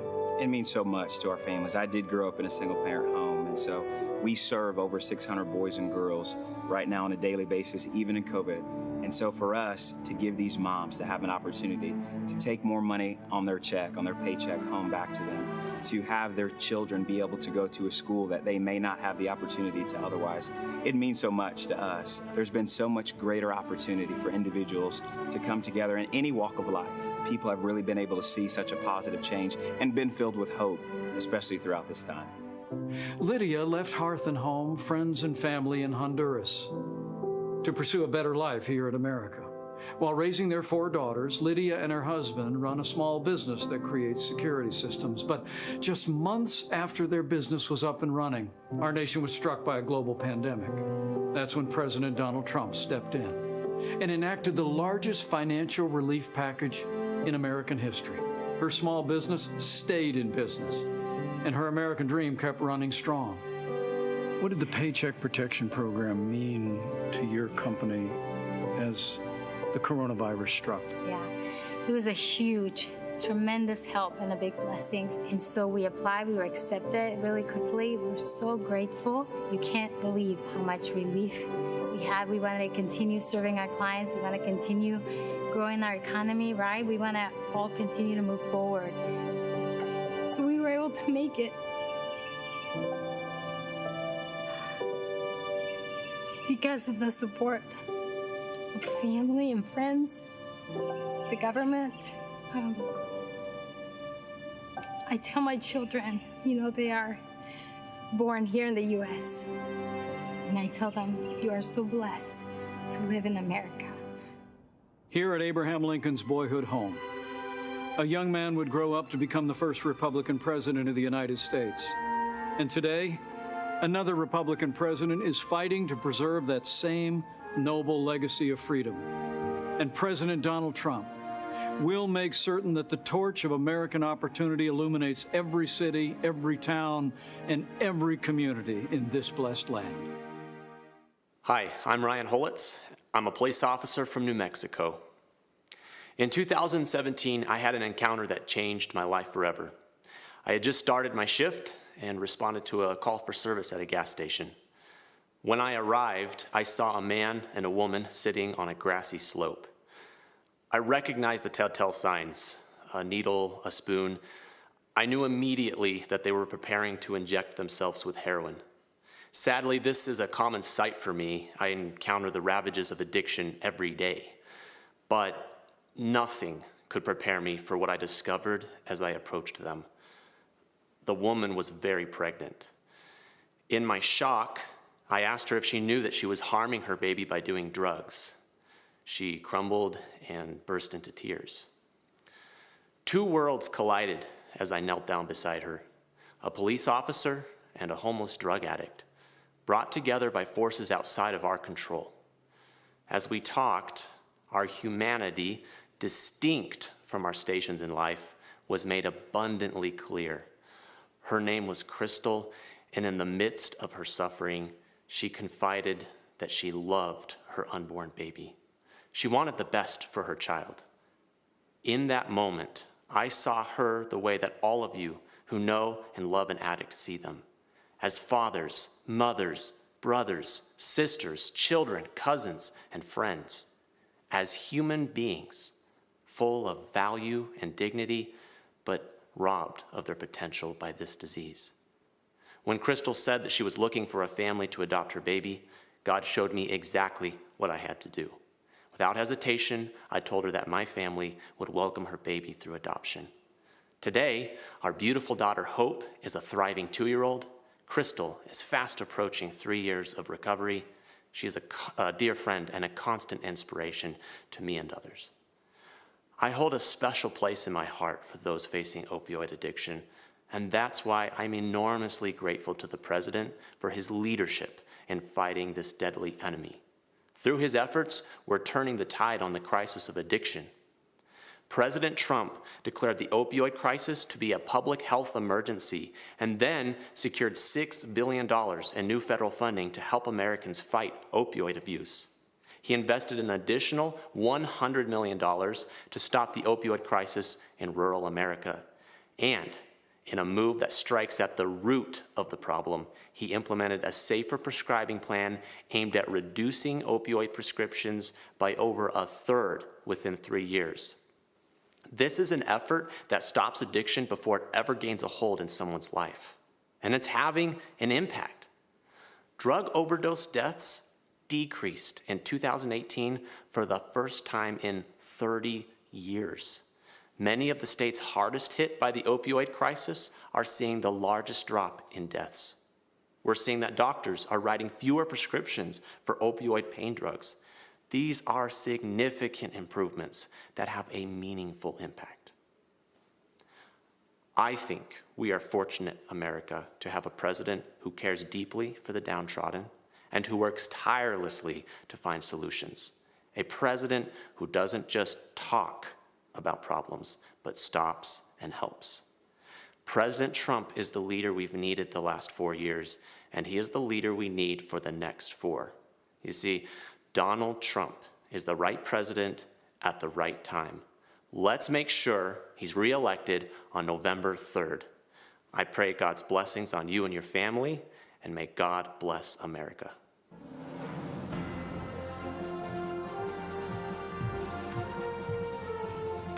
Good evening. My name is Jeanette Nunez, and I'm proud to serve as Lieutenant Governor of the great state of Florida. Tonight, I'm honored to share my story of faith, family, and American freedom. As the daughter of Cuban immigrants, my story began in 1959, before I was born, when my parents' dreams of a prosperous life became a nightmare. Chaos spread quickly when Fidel Castro took control of Cuba. The government confiscated private property, stealing people's homes, farms, and businesses. For my parents, the difficult decision to flee communist Cuba came when the Castro regime abolished religious freedom. Fellow Americans, the fabric of our nation is in peril. Daily, the radical left systematically chisels away at the freedoms we cherish. They peddle dangerous ideologies, cower to global progressives, and normalize socialism to dismantle our Constitution. Let me assure you, socialism doesn't offer opportunity. Socialism deprives. It is a falsehood that feigns promises for its masses and consistently yields only misery. President Ronald Reagan warned, if we lose freedom here, there's no place to escape to. Truer words have never been spoken. Americans have a choice. We can go down a dark road of chaos and government control, or we can choose the path of freedom and opportunity that was paved by those who sacrificed everything to preserve the American dream for future generations. I have faith that Americans will choose the right path. In 2016, our country yearned for a leader who would work tirelessly to jumpstart our economy and fight for hardworking Americans. Since day one, President Donald Trump has put America first. His pro-growth, pro-jobs agenda has ushered in historically low unemployment, record job creation, higher wages, and rising homeownership. The president is fighting to rescue American jobs and industries for places like Ohio, Pennsylvania, and Puerto Rico, jobs that were needlessly shipped overseas. He's defended our religious freedom, stood with democratic allies like Colombia, and shown unwavering resolve while confronting tyrants in countries like Venezuela, Cuba, China, and Nicaragua. Let us join our president in his vow that America will never be a socialist country. Supporting our president requires action. Join me tonight and text VOTE to 88022. We must continue to support our Commander-in-Chief, who has a bold agenda that safeguards the rights and freedoms protected under our Constitution. Today, more than ever, that means supporting our men and women in law enforcement and our heroes in uniform. It means fighting to provide the best quality education by empowering parents and preserving school choice. And it means rejecting the socialist takeover of our nation that will destroy the innovation, economic vitality, and freedoms we hold so dear. As a daughter of immigrants, a wife, a mother of three, and the first Latina lieutenant governor in the history of the state of Florida, it is my distinct privilege to share my story, which is really your story, and the story of a nation that has opened its doors, lifted its people, and yielded success in a way only the United States of America can. Together, let's ensure 4 more years for President Donald J. Trump so that he can continue protecting our republic, and so one day, our children can proudly tell the story of what our generation did to defend the values of faith, family, and freedom. Thank you. May God bless each one of you, and may God bless the United States of America.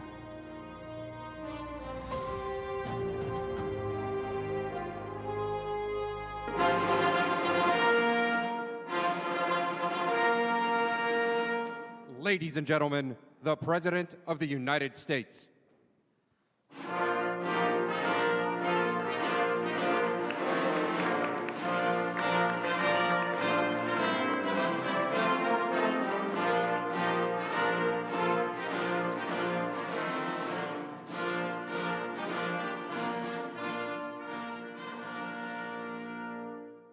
Acting Secretary Wolf, I present to you 5 candidates for naturalization representing 5 countries.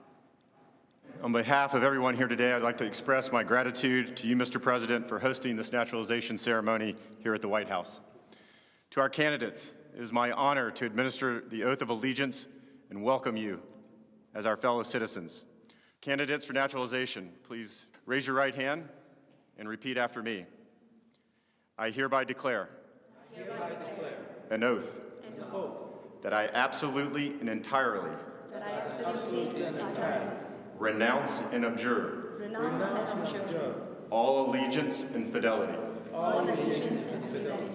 to any foreign prince, potentate, state or sovereignty, of whom or which I have heretofore been a subject or citizen, that I will support and defend the Constitution and laws of the United States of America, against all enemies, foreign and domestic, that I will bear true faith and allegiance to the same, that I will bear arms on behalf of the United States, when required by law, that I will perform non-combatant service in the armed forces of the U.S. When required by law, that I will perform work of national importance under civilian direction when required by law, and that I take this obligation freely without any mental reservation or purpose of evasion. So help me God. Congratulations, you're now citizens of the United States of America.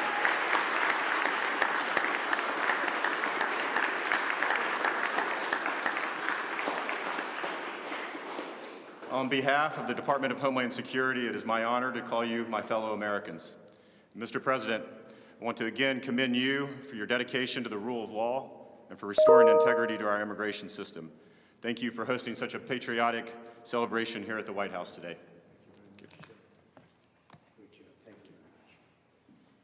Congratulations, that's fantastic. It's really great, thank you. And I want to thank Acting Secretary Wolf, doing a phenomenal job in so many ways. Today, America rejoices as we welcome 5 absolutely incredible new members into our great American family. You are now fellow citizens of the greatest nation on the face of God's earth. Congratulations. Great going. You followed the rules, you obeyed the laws, you learned your history, embraced our values, and proved yourselves to be men and women of the highest integrity. It's not so easy. You went through a lot, and we appreciate you being here with us today. You've earned the most prized, treasured, cherished, and priceless possession anywhere in the world. It's called American citizenship. There is no higher honor and no greater privilege, and it's an honor for me to be your president. Thank you very much. At this time, I'd like to recognize the 5 new citizens who join us today. Robert Martin Ramirez Alcazar is from Bolivia and has been a lawful permanent resident of the United States since 2013. Robert? Hi, Robert. He and his wife are raising 3 beautiful children. In 2017, Robert achieved the dream of starting his own business, a construction company that now employs 5 workers. Robert says, "I love this country. I want to respect the law. America has helped me so much in life." Robert, thank you very much for your devotion. Thank you for the opportunities to the United States. Well, thank you, and good luck with that company. Soon you'll have hundreds of employees, I think, right? Could happen. It will. Rima Gideon is from Lebanon and is the proud mother of 3 children. Rima speaks English, Arabic, and French, and earned a degree in psychology. In other words, she can figure me out. She now works as a daycare teacher in Virginia. Rima says, I feel blessed to be a loyal citizen of the greatest country in the world, a country that has given me the opportunity of a lifetime to realize my potential and my dreams. Rima, congratulations. It's really great. Thank you. Well, that's very good. Thank you very much. I appreciate it. Sudha Sundari Narayan is a phenomenal success, born in India, came to the United States 13 years ago. Sudha is a talented software developer, and she and her husband are raising two beautiful, wonderful children, the apples of your life, right? Yes, they are. Well, thank you very much, and congratulations. Fantastic job. Thank you. Nemet Abdelzim Awal-Said is from Sudan, and that's a beautiful name, and has been a lawful permanent resident since 2012. She is the married mother of three beautiful children, earned a master's degree and PhD in animal nutrition from the University of Wyoming, great place, great state, and she is a trained veterinarian.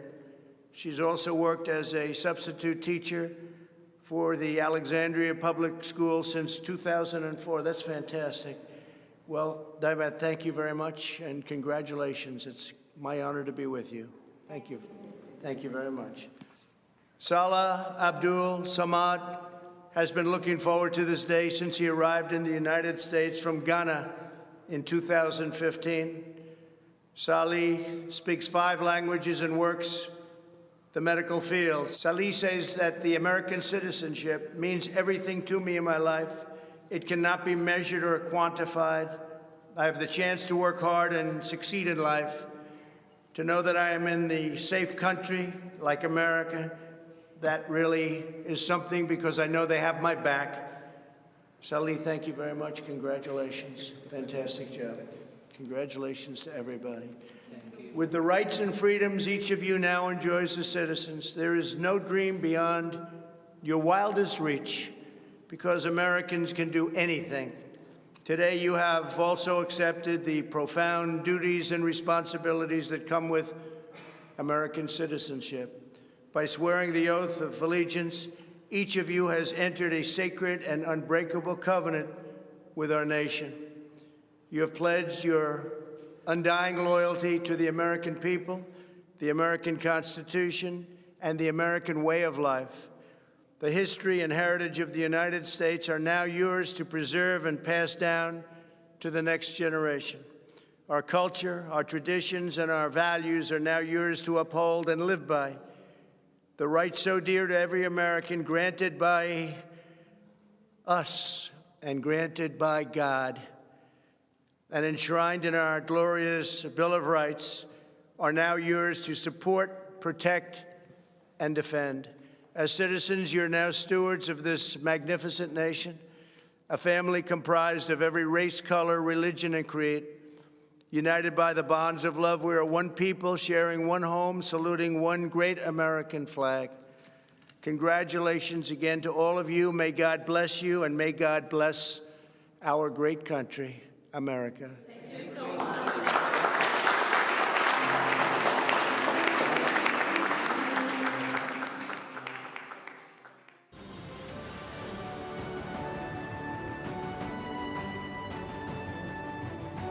Good evening, America. When I stood on this convention stage 4 years ago, no one fully understood the historic change that was about to take place. We could all feel it. Something was happening. A movement was forming just below the surface. The forgotten man and woman, voiceless in Washington, D.C., were preparing to rise up. Our movement followed the pattern of so many that came before us. First, we were ignored. Then we were laughed at. Then they fought us. And then, together, we won. From that moment forward, America came first. America started winning again. America became respected again. But with every movement, there's a counter-movement. In the view of the radical Democrats, America is the source of the world's problems. As a result, they believe the only path forward is to erase history and forget the past. They want to destroy the monuments of our forefathers. They want to disrespect our flag, burn the stars and stripes that represent patriotism and the American dream. They want to disrespect our national anthem by taking a knee while our armed forces lay down their lives every day to protect our freedom. They do not want the Pledge of Allegiance in our schools. Many of them don't want one nation under God. The Democrats want to defund and disrespect our law enforcement. The Democrats want an America where your thoughts and opinions are censored when they do not align with their own. President Reagan said, "Freedom is never more than one generation away from extinction. It must be fought for, and it must be protected." This is the fight that we are in right now, and it is a fight that only my father can win. My father ran not because he needed the job, but because he knew hardworking people across this great country were being left behind. The media mocked these patriots in the flyover states in which they lived. They ignored the Trump flags. They ignored the millions of MAGA banners and barns painted in red, white, and blue. The silent majority had no one fighting for them in either party. Their so-called leaders were bowing to China, bribing Iran, and spending more time worrying about how they'd be received by the elites in Paris than how Americans would provide for their families in Pittsburgh. Our family lost friends, but it only pushed us to fight harder. My father pledged to every American in every city, state, and town that he was going to make America great again. And so began the Great American Comeback. Almost immediately, taxes were slashed, regulations were cut, and the economy soared to new heights, heights never seen before. Wages went through the roof. Unemployment reached historic lows, especially for Black Americans, Hispanic Americans, and women. Trade deals were ripped up and renegotiated. Lights were turned back on in abandoned factories across our country. Trillions of dollars were repatriated back to the United States, which had been sitting in foreign lands for far too long. Once again, America became the envy of the world. And with that renewed strength came leverage. The president demanded that our allies pay their fair share for the defense of the Western world. My father rebuilt the mighty American military, adding new jets, aircraft carriers. He increased wages for our incredible men and women in uniform. He expanded our military defense budget to $721 billion per year. America was no longer weak in the eye of the enemy. The moment President Trump ordered special forces to kill some of the deadliest terrorists on the planet, the day the mighty Moab was dropped on insurgent camps, is the day America took a stance to never be defeated by the enemy. Al-Baghdadi, Soleimani, dead. Over and over, issue after issue, the economy, the wall, the military, trade deals, tax cuts, Supreme Court justices, VA hospitals, prescription drugs, school choice, right to try, moving the embassy to Jerusalem, peace in the Middle East. Never-ending wars were finally ended. Promises made and promises for the first time were kept. Most politicians spend their entire careers in Washington, D.C. and get absolutely nothing accomplished. For example, Joe Biden. Joe Biden is a politician who has been in government for 47 years. He's a career politician who's never signed the front of a check and does not know the slightest thing about the American worker or the American business, the engine which fuels the greatest economy the world has ever known. The same politician who has been a total pushover for communist China and someone who would be a giant relief for terrorists who now have spent years running, hiding, and being taken out by the most talented military known to man. Joe Biden has pledged to raise your taxes by $4 trillion. 82% of Americans will see their taxes go up significantly. Biden has pledged to stop border wall construction and give amnesty and health care to all illegal immigrants.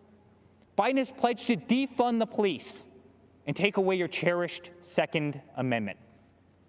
My father, on the other hand, delivered the largest tax cuts in American history, knows if you do not have a border, you do not have a country, and will always support law enforcement and your right to keep and bear arms.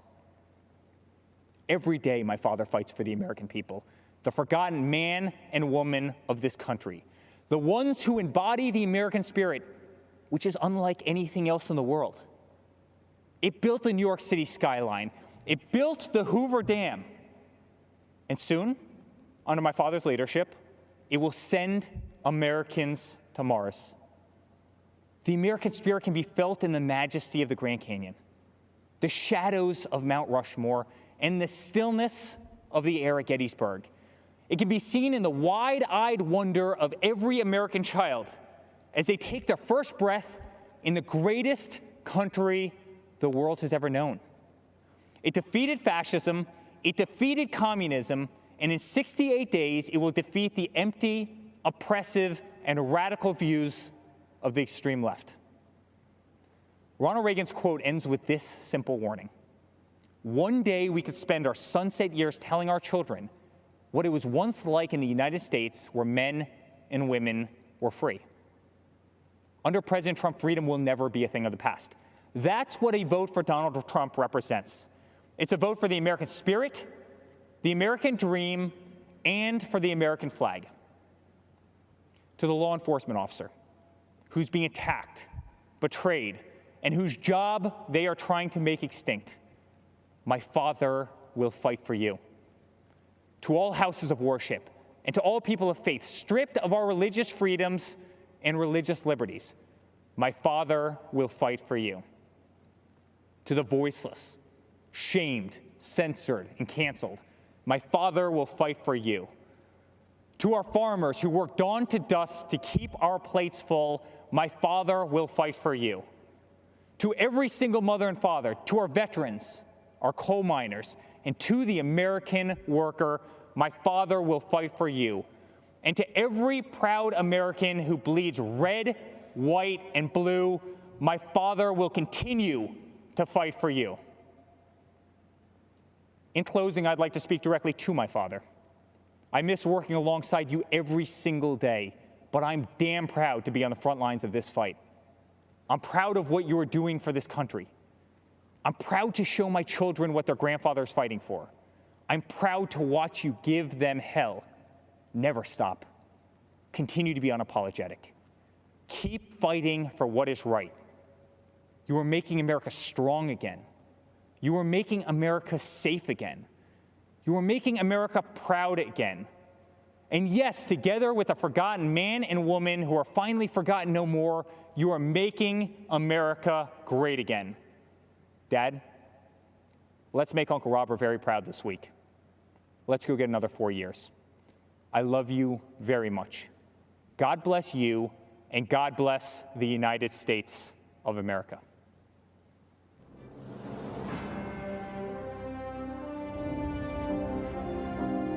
We're going to build a future of safety and opportunity for Americans of every race, color, religion, and creed.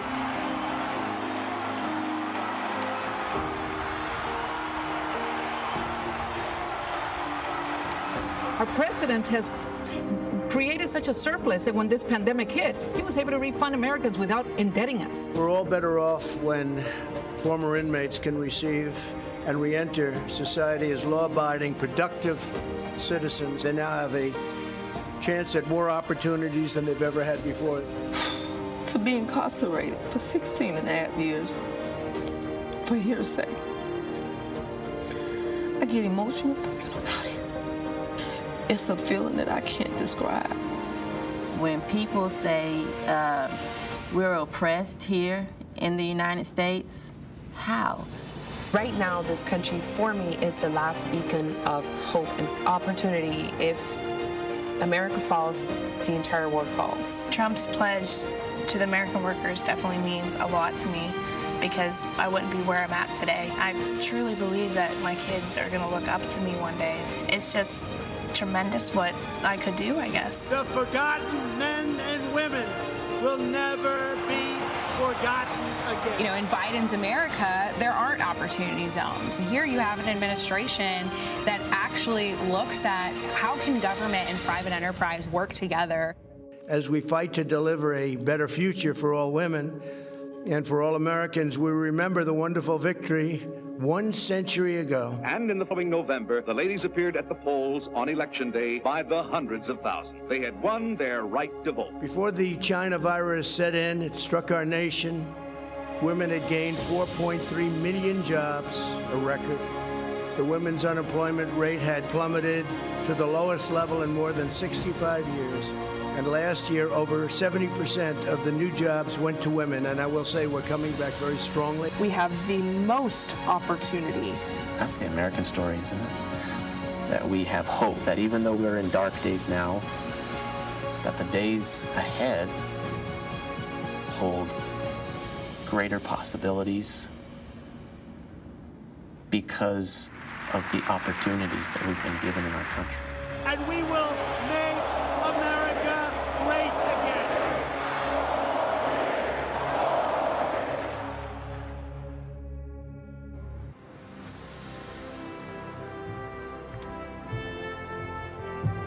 Good evening. My name is Daniel Cameron. I'm 34 years old and the first African-American Attorney General in Kentucky history. It is an honor to be with you as a proud Republican and supporter of Donald J. Trump. I was raised in Kentucky, just a few miles from Abraham Lincoln's birthplace. Our first Republican president believed in compassion, self-reliance, freedom, equality, and justice. Sadly, there are some who don't believe in this wisdom or in the better angels of our shared American history as they tear down the statues of people like Ulysses S. Grant, Frederick Douglass, and even Mr. Lincoln himself. Lincoln said, "Any nation that does not honor its heroes will not long endure." And for Republicans, our heroes are those who propelled an imperfect nation ever forward, always striving to make life better for everyone. Even as anarchists mindlessly tear up American cities while attacking police and innocent bystanders, we Republicans do recognize those who work in good faith towards peace, justice, and equality. In fact, it was General Dwight Eisenhower, a future Republican president, who said, "Democracy is a system that recognizes the equality of humans before the law." Whether you are the family of Breonna Taylor or David Dorn, these are the ideals that will heal our nation's wounds. Republicans will never turn a blind eye to unjust acts, but neither will we accept an all-out assault on Western civilization. My values were shaped by my faith and by my parents. I worked at their small coffee shop, meeting people from all walks of life. And I realized something. No matter who we are, everyone needs a cup of coffee. That lesson stuck with me because despite our differences, we all want the same things. For our children to have more opportunities than we did, to feel the dignity of work, and to believe that if you play by the rules, you can make a good life for yourself and your family. So the question is, will we choose the path that gives us the best chance to meet those universal desires?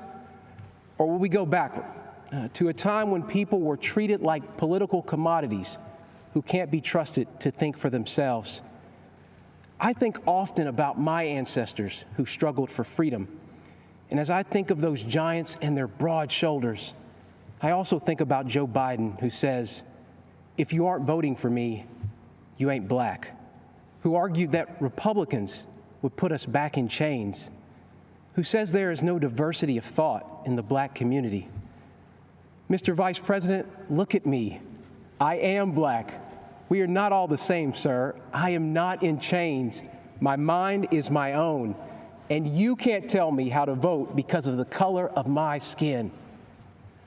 Joe Biden is a backwards thinker in a world that is craving forward-looking leadership.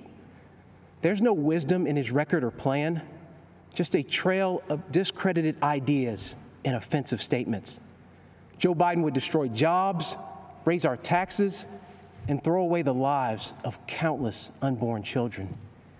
And he is captive to the radical left, a movement committed to cancel culture and the destruction of public discourse. They believe your skin color must dictate your politics. And if you fail to conform while exercising your God-given right to speak and think freely, they will cut you down. The politics of identity, cancellation, and mob rule are not acceptable to me. Republicans trust you to think for yourself and to pursue your American dream however you see fit. Mr. Lincoln said the dogmas of the quiet past are inadequate to the stormy present. The occasion is piled high with difficulty, and we must rise to the occasion. I believe Donald Trump can meet Lincoln's mandate, even as Joe Biden remains trapped by his own failed record and by the radicals who dominate his party. Let's be honest, no one is excited about Joe Biden, and so I ask you to judge the record. On criminal justice reform, Joe Biden couldn't do it, but President Trump did. On the economy, Joe Biden couldn't do it, but President Trump did build an economy that worked for everyone, especially minorities, and he will do it again. And on immigration, Joe Biden promises more to illegal immigrants than he does to you. But President Trump believes his highest duty is to the American worker. The choice is clear. Let me close with something my mom told me. This country's many faces comprise a family, not separate parts to be divided against each other. And like any family, we care for one another. We grieve together. We share our burdens and our struggles, and we celebrate our successes. And though we fuss and fight, we are not enemies. We are Americans, united by a collective faith in our Constitution and laws and the fundamental fairness they represent. We are defenders of life and of individual liberty, and we carry the mantle of Eisenhower and of Reagan to be a force for good in this world, and one that must always be reckoned with. That's my Republican Party, the party of Lincoln, that believes America is an indispensable nation, an evergreen tree, standing tall in a turbulent world. And that's why I am voting for Donald Trump for president. Thank you, and God bless.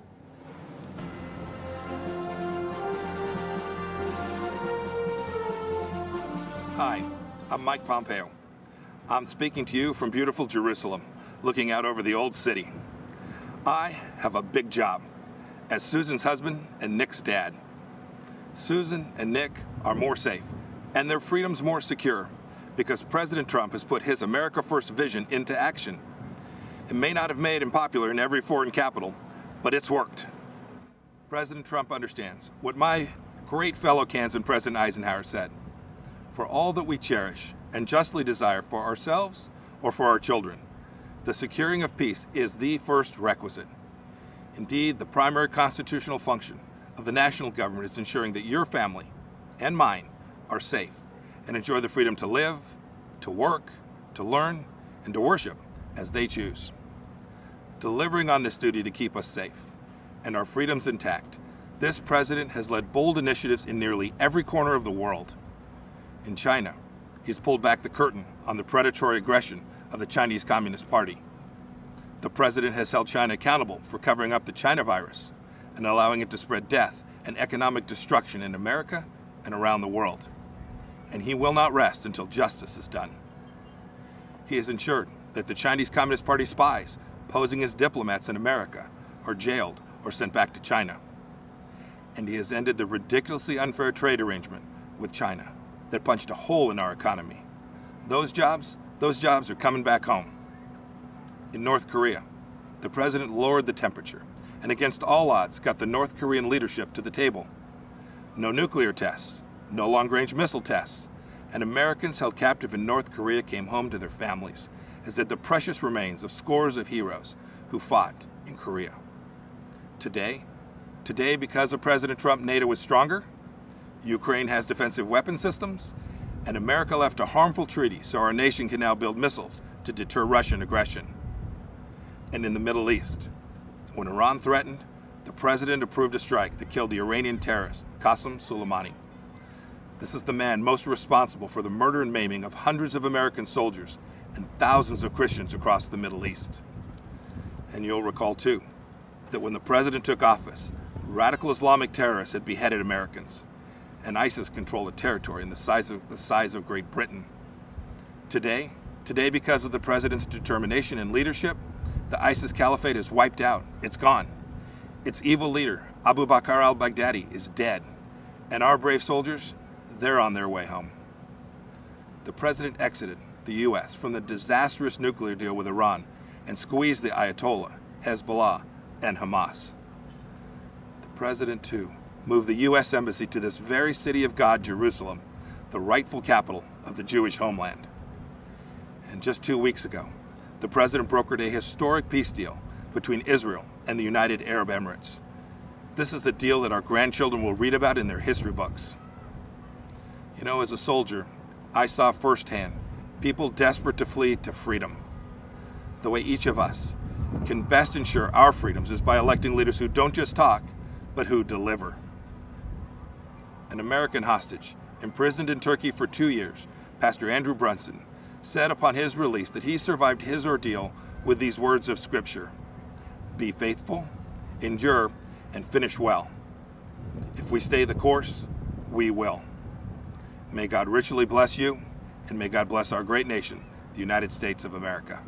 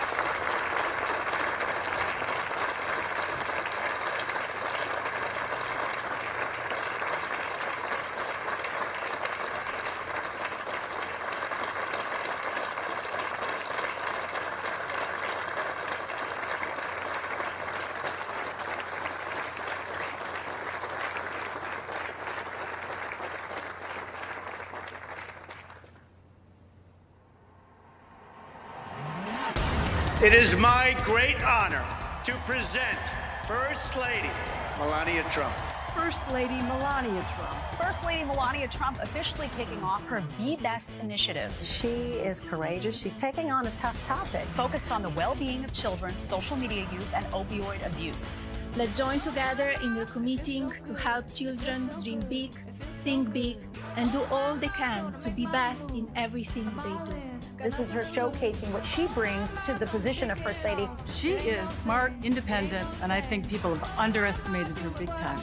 The First Lady was amazing. She was gracious, empathetic, and showed true compassion.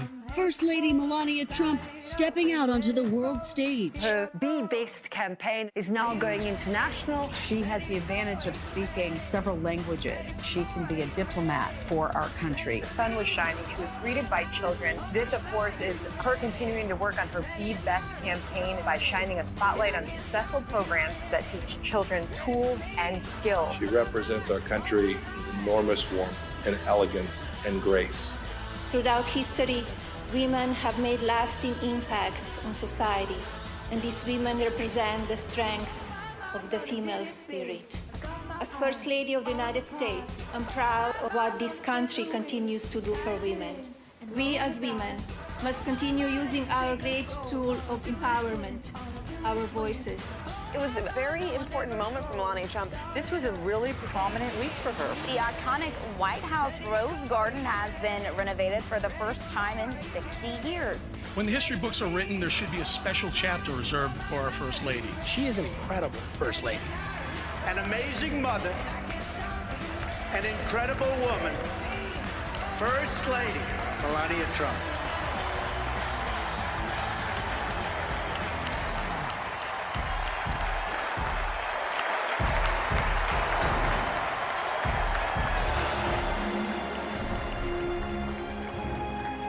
Ladies and gentlemen, please welcome the First Lady of the United States, Mrs. Melania Trump.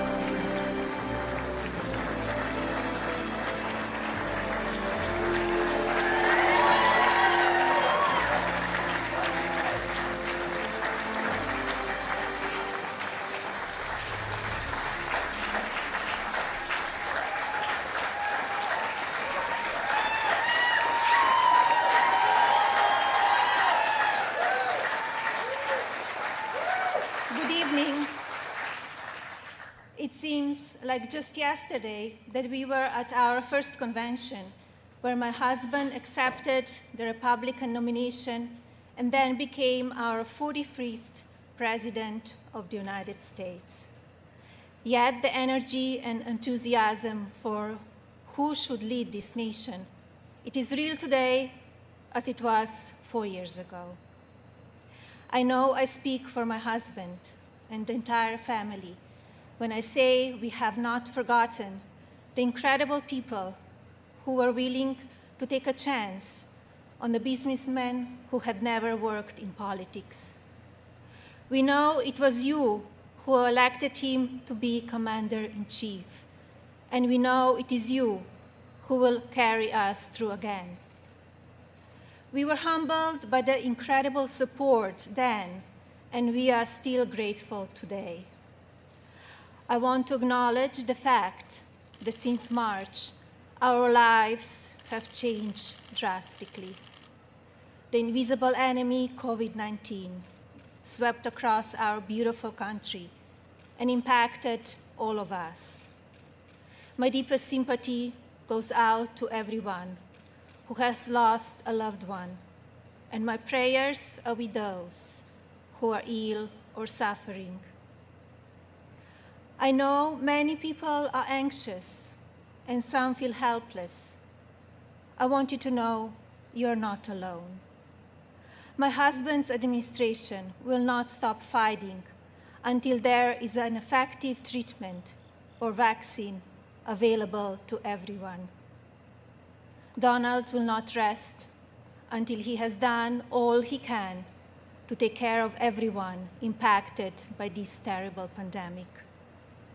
I want to extend my gratitude to all of the healthcare professionals, frontline workers and teachers who stepped up in these difficult times. Despite the risk to yourselves and your own families, you put our country first, and my husband and I are grateful.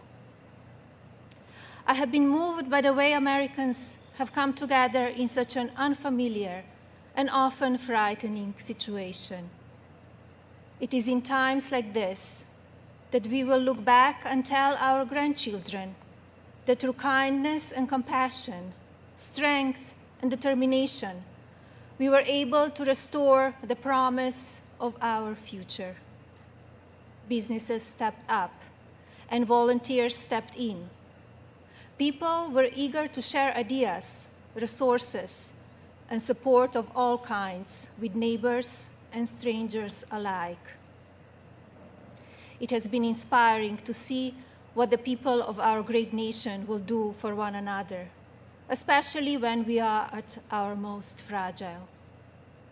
Speaking of strength and determination, we recently celebrated the 100-year anniversary of the passage of the 19th Amendment. Yesterday, on the North Lawn of the White House, we unveiled an exhibit dedicated to women's suffrage. The exhibit called on children from across the country to send art honoring the meaning of this important time in women's history. When I was judging the entries, I reflected on the impact of women's voices in our nation's story, and how proud I will be to cast my vote again for Donald this November. We must make sure that women are heard and that the American dream continues to thrive. Growing up as a young child in Slovenia, which was under communist rule at the time, I always heard about an amazing place called America, a land that stood for freedom and opportunity. As I grew older, it became my goal to move to the United States and follow my dream of working in the fashion industry. My parents worked very hard to ensure our family could not only live and prosper in America, but also contribute to a nation that allows for people to arrive with a dream and make it reality. I want to take the moment to thank my mother and father for all they have done for our family. It is because of you that I'm standing here today.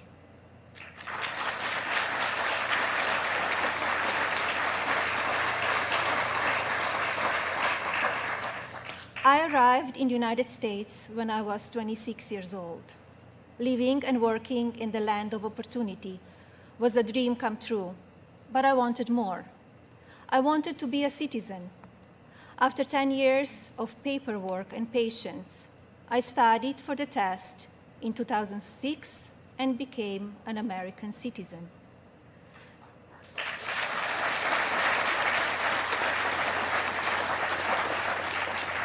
It is still one of the proudest moments in my life because with hard work and determination, I was able to achieve my own American dream. As an immigrant and a very independent woman, I understand what a privilege it is to live here and to enjoy the freedoms and opportunities that we have. As First Lady, I have been fortunate to see the American dream come true over and over again. I have met many inspiring women, children, parents, and families who have overcome life-changing issues that include addiction, homelessness, family members who are ill or have passed away, abuse of all kinds, and many other challenges that would make most people give up. The past 3.5 years have been unforgettable. There are no words to describe how honored, humbled, and fortunate I am to serve our nation as your First Lady. After many of the experiences I've had, I don't know if I can fully explain how many people I take home with me in my heart each day.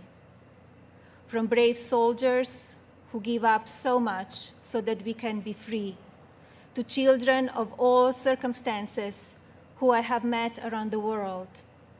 Thank you for inspiring me. It is my greatest honor to serve you. When I speak to members of the military, despite sacrificing time with their families, experience the fear of war or suffering loss, they have no regrets about serving our country. The same goes for their families and the families of first responders who often watch their loved ones walk out the door, not sure if or when they will come home. When I speak to families who have lost someone, the pain mixed with pride I hear in their voices is something I think about often.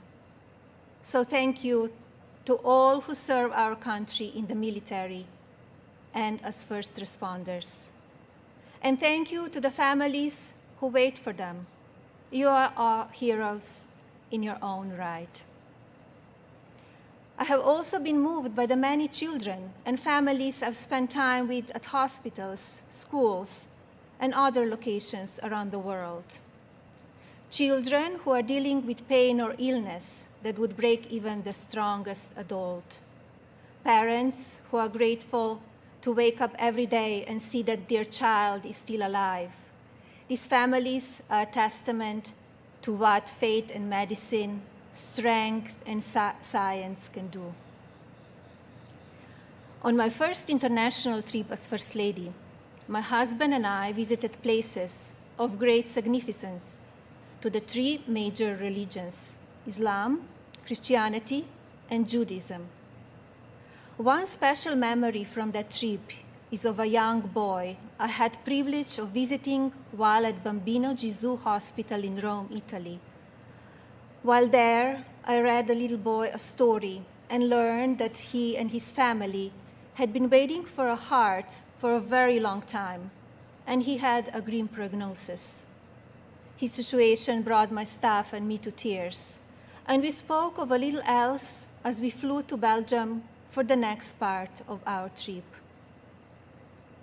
Upon landing just a few hours later, we learned that a heart had been donated and would be going to the little one. I think about him often, along with so many amazing and strong young patients across our own country.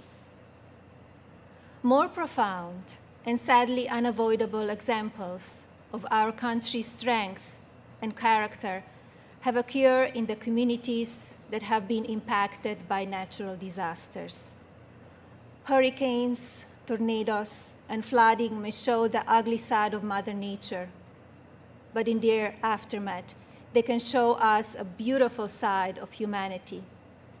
My husband and I have visited many places that have been affected by natural disaster, and we are deeply moved by the strength of the people who have lost everything and the kindness of neighbors and communities. The common thread in all of these challenging situations is the unwavering resolve to help one another. I recognize the stories I just told about people who survive extraordinary circumstances. But Donald and I are also inspired by the millions of Americans who wake up each day with a simple yet courageous goal of providing for their families and keeping them safe. You are the backbone of this country. You are the people who continue to make the United States of America what it is, and who have the incredible responsibility of preparing our future generations to leave everything even better than they found it. Just as you are fighting for your families, my husband, our family, and the people in this administration are here fighting for you. No matter the amount of negative or false media headlines or attacks from the other side, Donald Trump has not and will not lose focus on you. He loves this country, and he knows how to get things done. As you have learned over the past 5 years, he is not a traditional politician. He doesn't just speak words. He demands action, and he gets results. The future of our country has always been very important to him, and it is something that I have always admired. In fact, it is to help ensure a better future for our next generation that I launched Be Best, my initiative to help children achieve their fullest potential. Be Best has one simple goal: teaching youth about the importance of their well-being, both mentally and physically. This also includes understanding online safety and the dangers of opioid and drug abuse. Through Be Best, my office and I have been able to highlight people, programs, and organizations that are doing extraordinary things in our country and around the world. I continue to believe that by shining a light on these positive examples, others across the country and globe will become inspired to do their part for our next generation. Helping children is not a political goal. It is our moral imperative. When I think back to a defining moment of Be Best, my mind goes to a trip I took to Africa. On that vast and beautiful continent, I was able to visit the countries of Ghana, Malawi, Kenya, and Egypt. One of those visits, in particular, had a profound impact on me. Ghana, on the coast of West Africa, was the first stop on my trip, and I experienced firsthand its warm people and their traditions. While there, I visited the Cape Coast Castle and learned more about the beginning of a cruel and often deadly journey in the era of the slave trade. I was horrified when I listened to the guide tell me so many inhumane stories, and I gained new perspectives.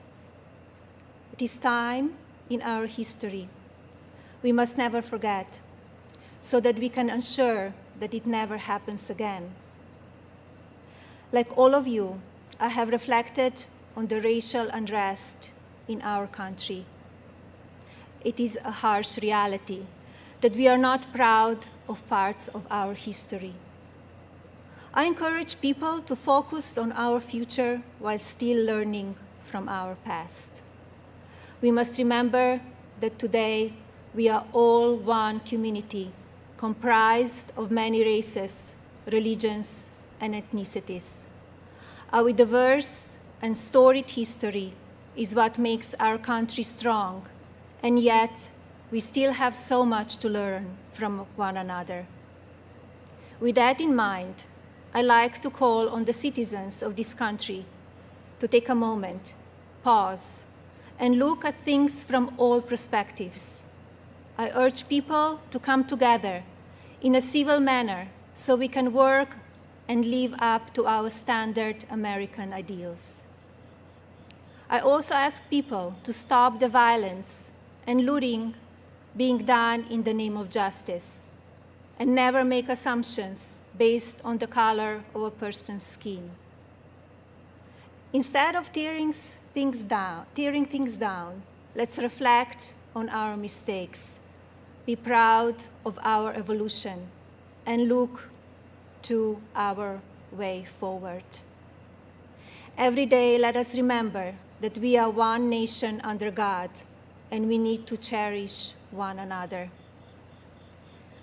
My husband's administration has worked to try and effect change when it comes to issues around race and religion in this country. He is the first president to address a special session of the United Nations General Assembly to call upon countries across the world to end religious persecution and honor the right of every person to worship as they choose. He has made substantial investments in our historically Black colleges and universities. This president also continues to fight for school choice, giving parents more options to help their children flourish. My husband knows how to make a real change. From the day that I met him, he has only wanted to make this country the best it can be. For many years, I watched him grow concerned and frustrated, and I'm so proud to see the many things he has done in such a short time. America is in his heart. So while at times we only see the worst of people and politics on the evening news, let's remember how we come together in the most difficult times. And while debate rages on about issues of race, let's focus on the strides we have made and work together for a better tomorrow for everyone. Our administration has also devoted historic resources and produced life-saving results by raising awareness around opioid addiction and drug abuse, especially for children. When so often the headlines are filled with gossip, I want to take this moment to encourage the media to focus even more on the nation's drug crisis. This disease is one that affects everybody. It pays no attention to race, age, or socioeconomic status. Addiction has touched every part of our society in some way. And now, more than ever, we have programs and medicine to combat it. We just need to talk about it openly. And you, the media, have the platforms to make that happen. To the media industry and as a country, I ask that we all commit to helping in our fights against drug addiction by talking about it even more. Especially as we battle the COVID pandemic, we need to remember that suicides are on the rise as people who are struggling with loneliness and addiction feel they have nowhere to turn. Parents, please talk to your children. Teachers and caregivers, pay attention to signs of addiction. Lawmakers, pass legislation that allows those who ask for help to do so safely and without fear, and to provide resources for organizations that help people impacted by addiction. When the stigma is removed, people will no longer be ashamed to ask for help, and lives will be saved. And if you are struggling with addiction, there is no shame in your illness. Please seek help. You are worth it. In my next 4 years as First Lady, I will continue to build upon Be Best and work with individual states to pass legislation to take care of our most vulnerable. I plan to continue the work I have started with children in foster care, as well as the minority communities and tribal nations. I want to ensure children are being protected and communities have the resources needed to combat drug addiction and child neglect or abuse. Like my husband and the administration, I will continue to encourage education that supports a child's individual needs. It is vital that children are given the building blocks to succeed. I also look forward to continue my work to restore the People's House, which is a lasting symbol of pride for our nation. I believe this iconic home needs to be cared for and preserved so it can be enjoyed by the people of this country and visitors from around the world for years to come. I'm passionate about this beautiful house, the grounds, and all they represent. And now, I have a special message for the mothers of this country.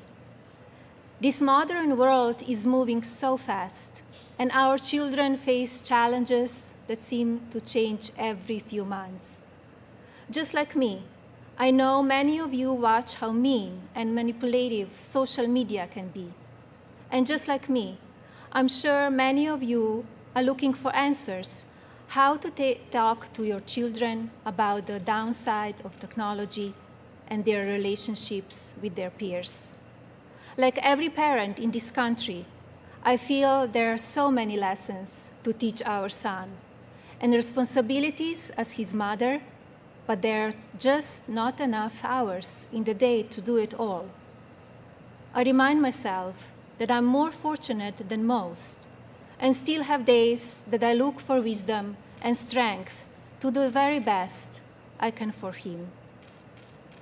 To mothers and parents everywhere, you are warriors. In my husband, you have a president who will not stop fighting for you and your families. I see how hard he works each day and night, and despite the unprecedented attacks from the media and opposition, he will not give up. In fact, if you tell him he cannot be done, he just works harder.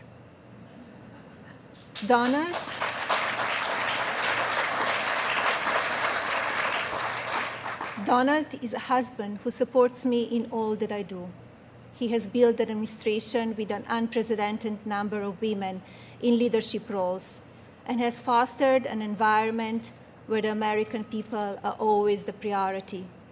He welcomes different points of view and encourages thinking outside of the box. I know I speak for my husband and the family when I say we are so grateful that you have trusted him to be your president, and we will be honored to serve this incredible country for 4 more years.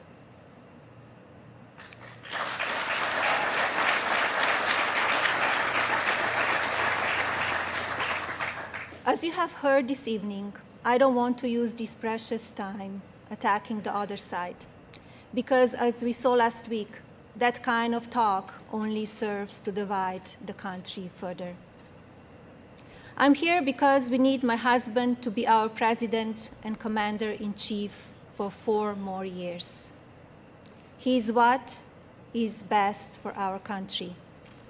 We all know Donald Trump makes no secrets about how he feels about things. Total honesty is what we as citizens deserve from our president. Whether you like it or not, you always know what he's thinking. And that is because he's an authentic person who loves this country and its people and wants to continue to make it better. Donald wants to keep your family safe. He wants to help your family succeed. He wants nothing more than for this country to prosper, and he doesn't waste time playing politics. Almost 4 years ago, we went into Election Day completely underestimated. Despite what is being said again this year, I know, just as you do, that Americans will go to the polls and vote on the behalf of their families, our economy, our national security, and our children's future. To vote for those ideals is not a partisan vote. It is a common sense vote, because those are goals and hopes that we all believe in. I believe that we need my husband's leadership now more than ever in order to bring us back once again to the greatest economy and the strongest country ever known. God bless you all, your families, and God bless the United States of America.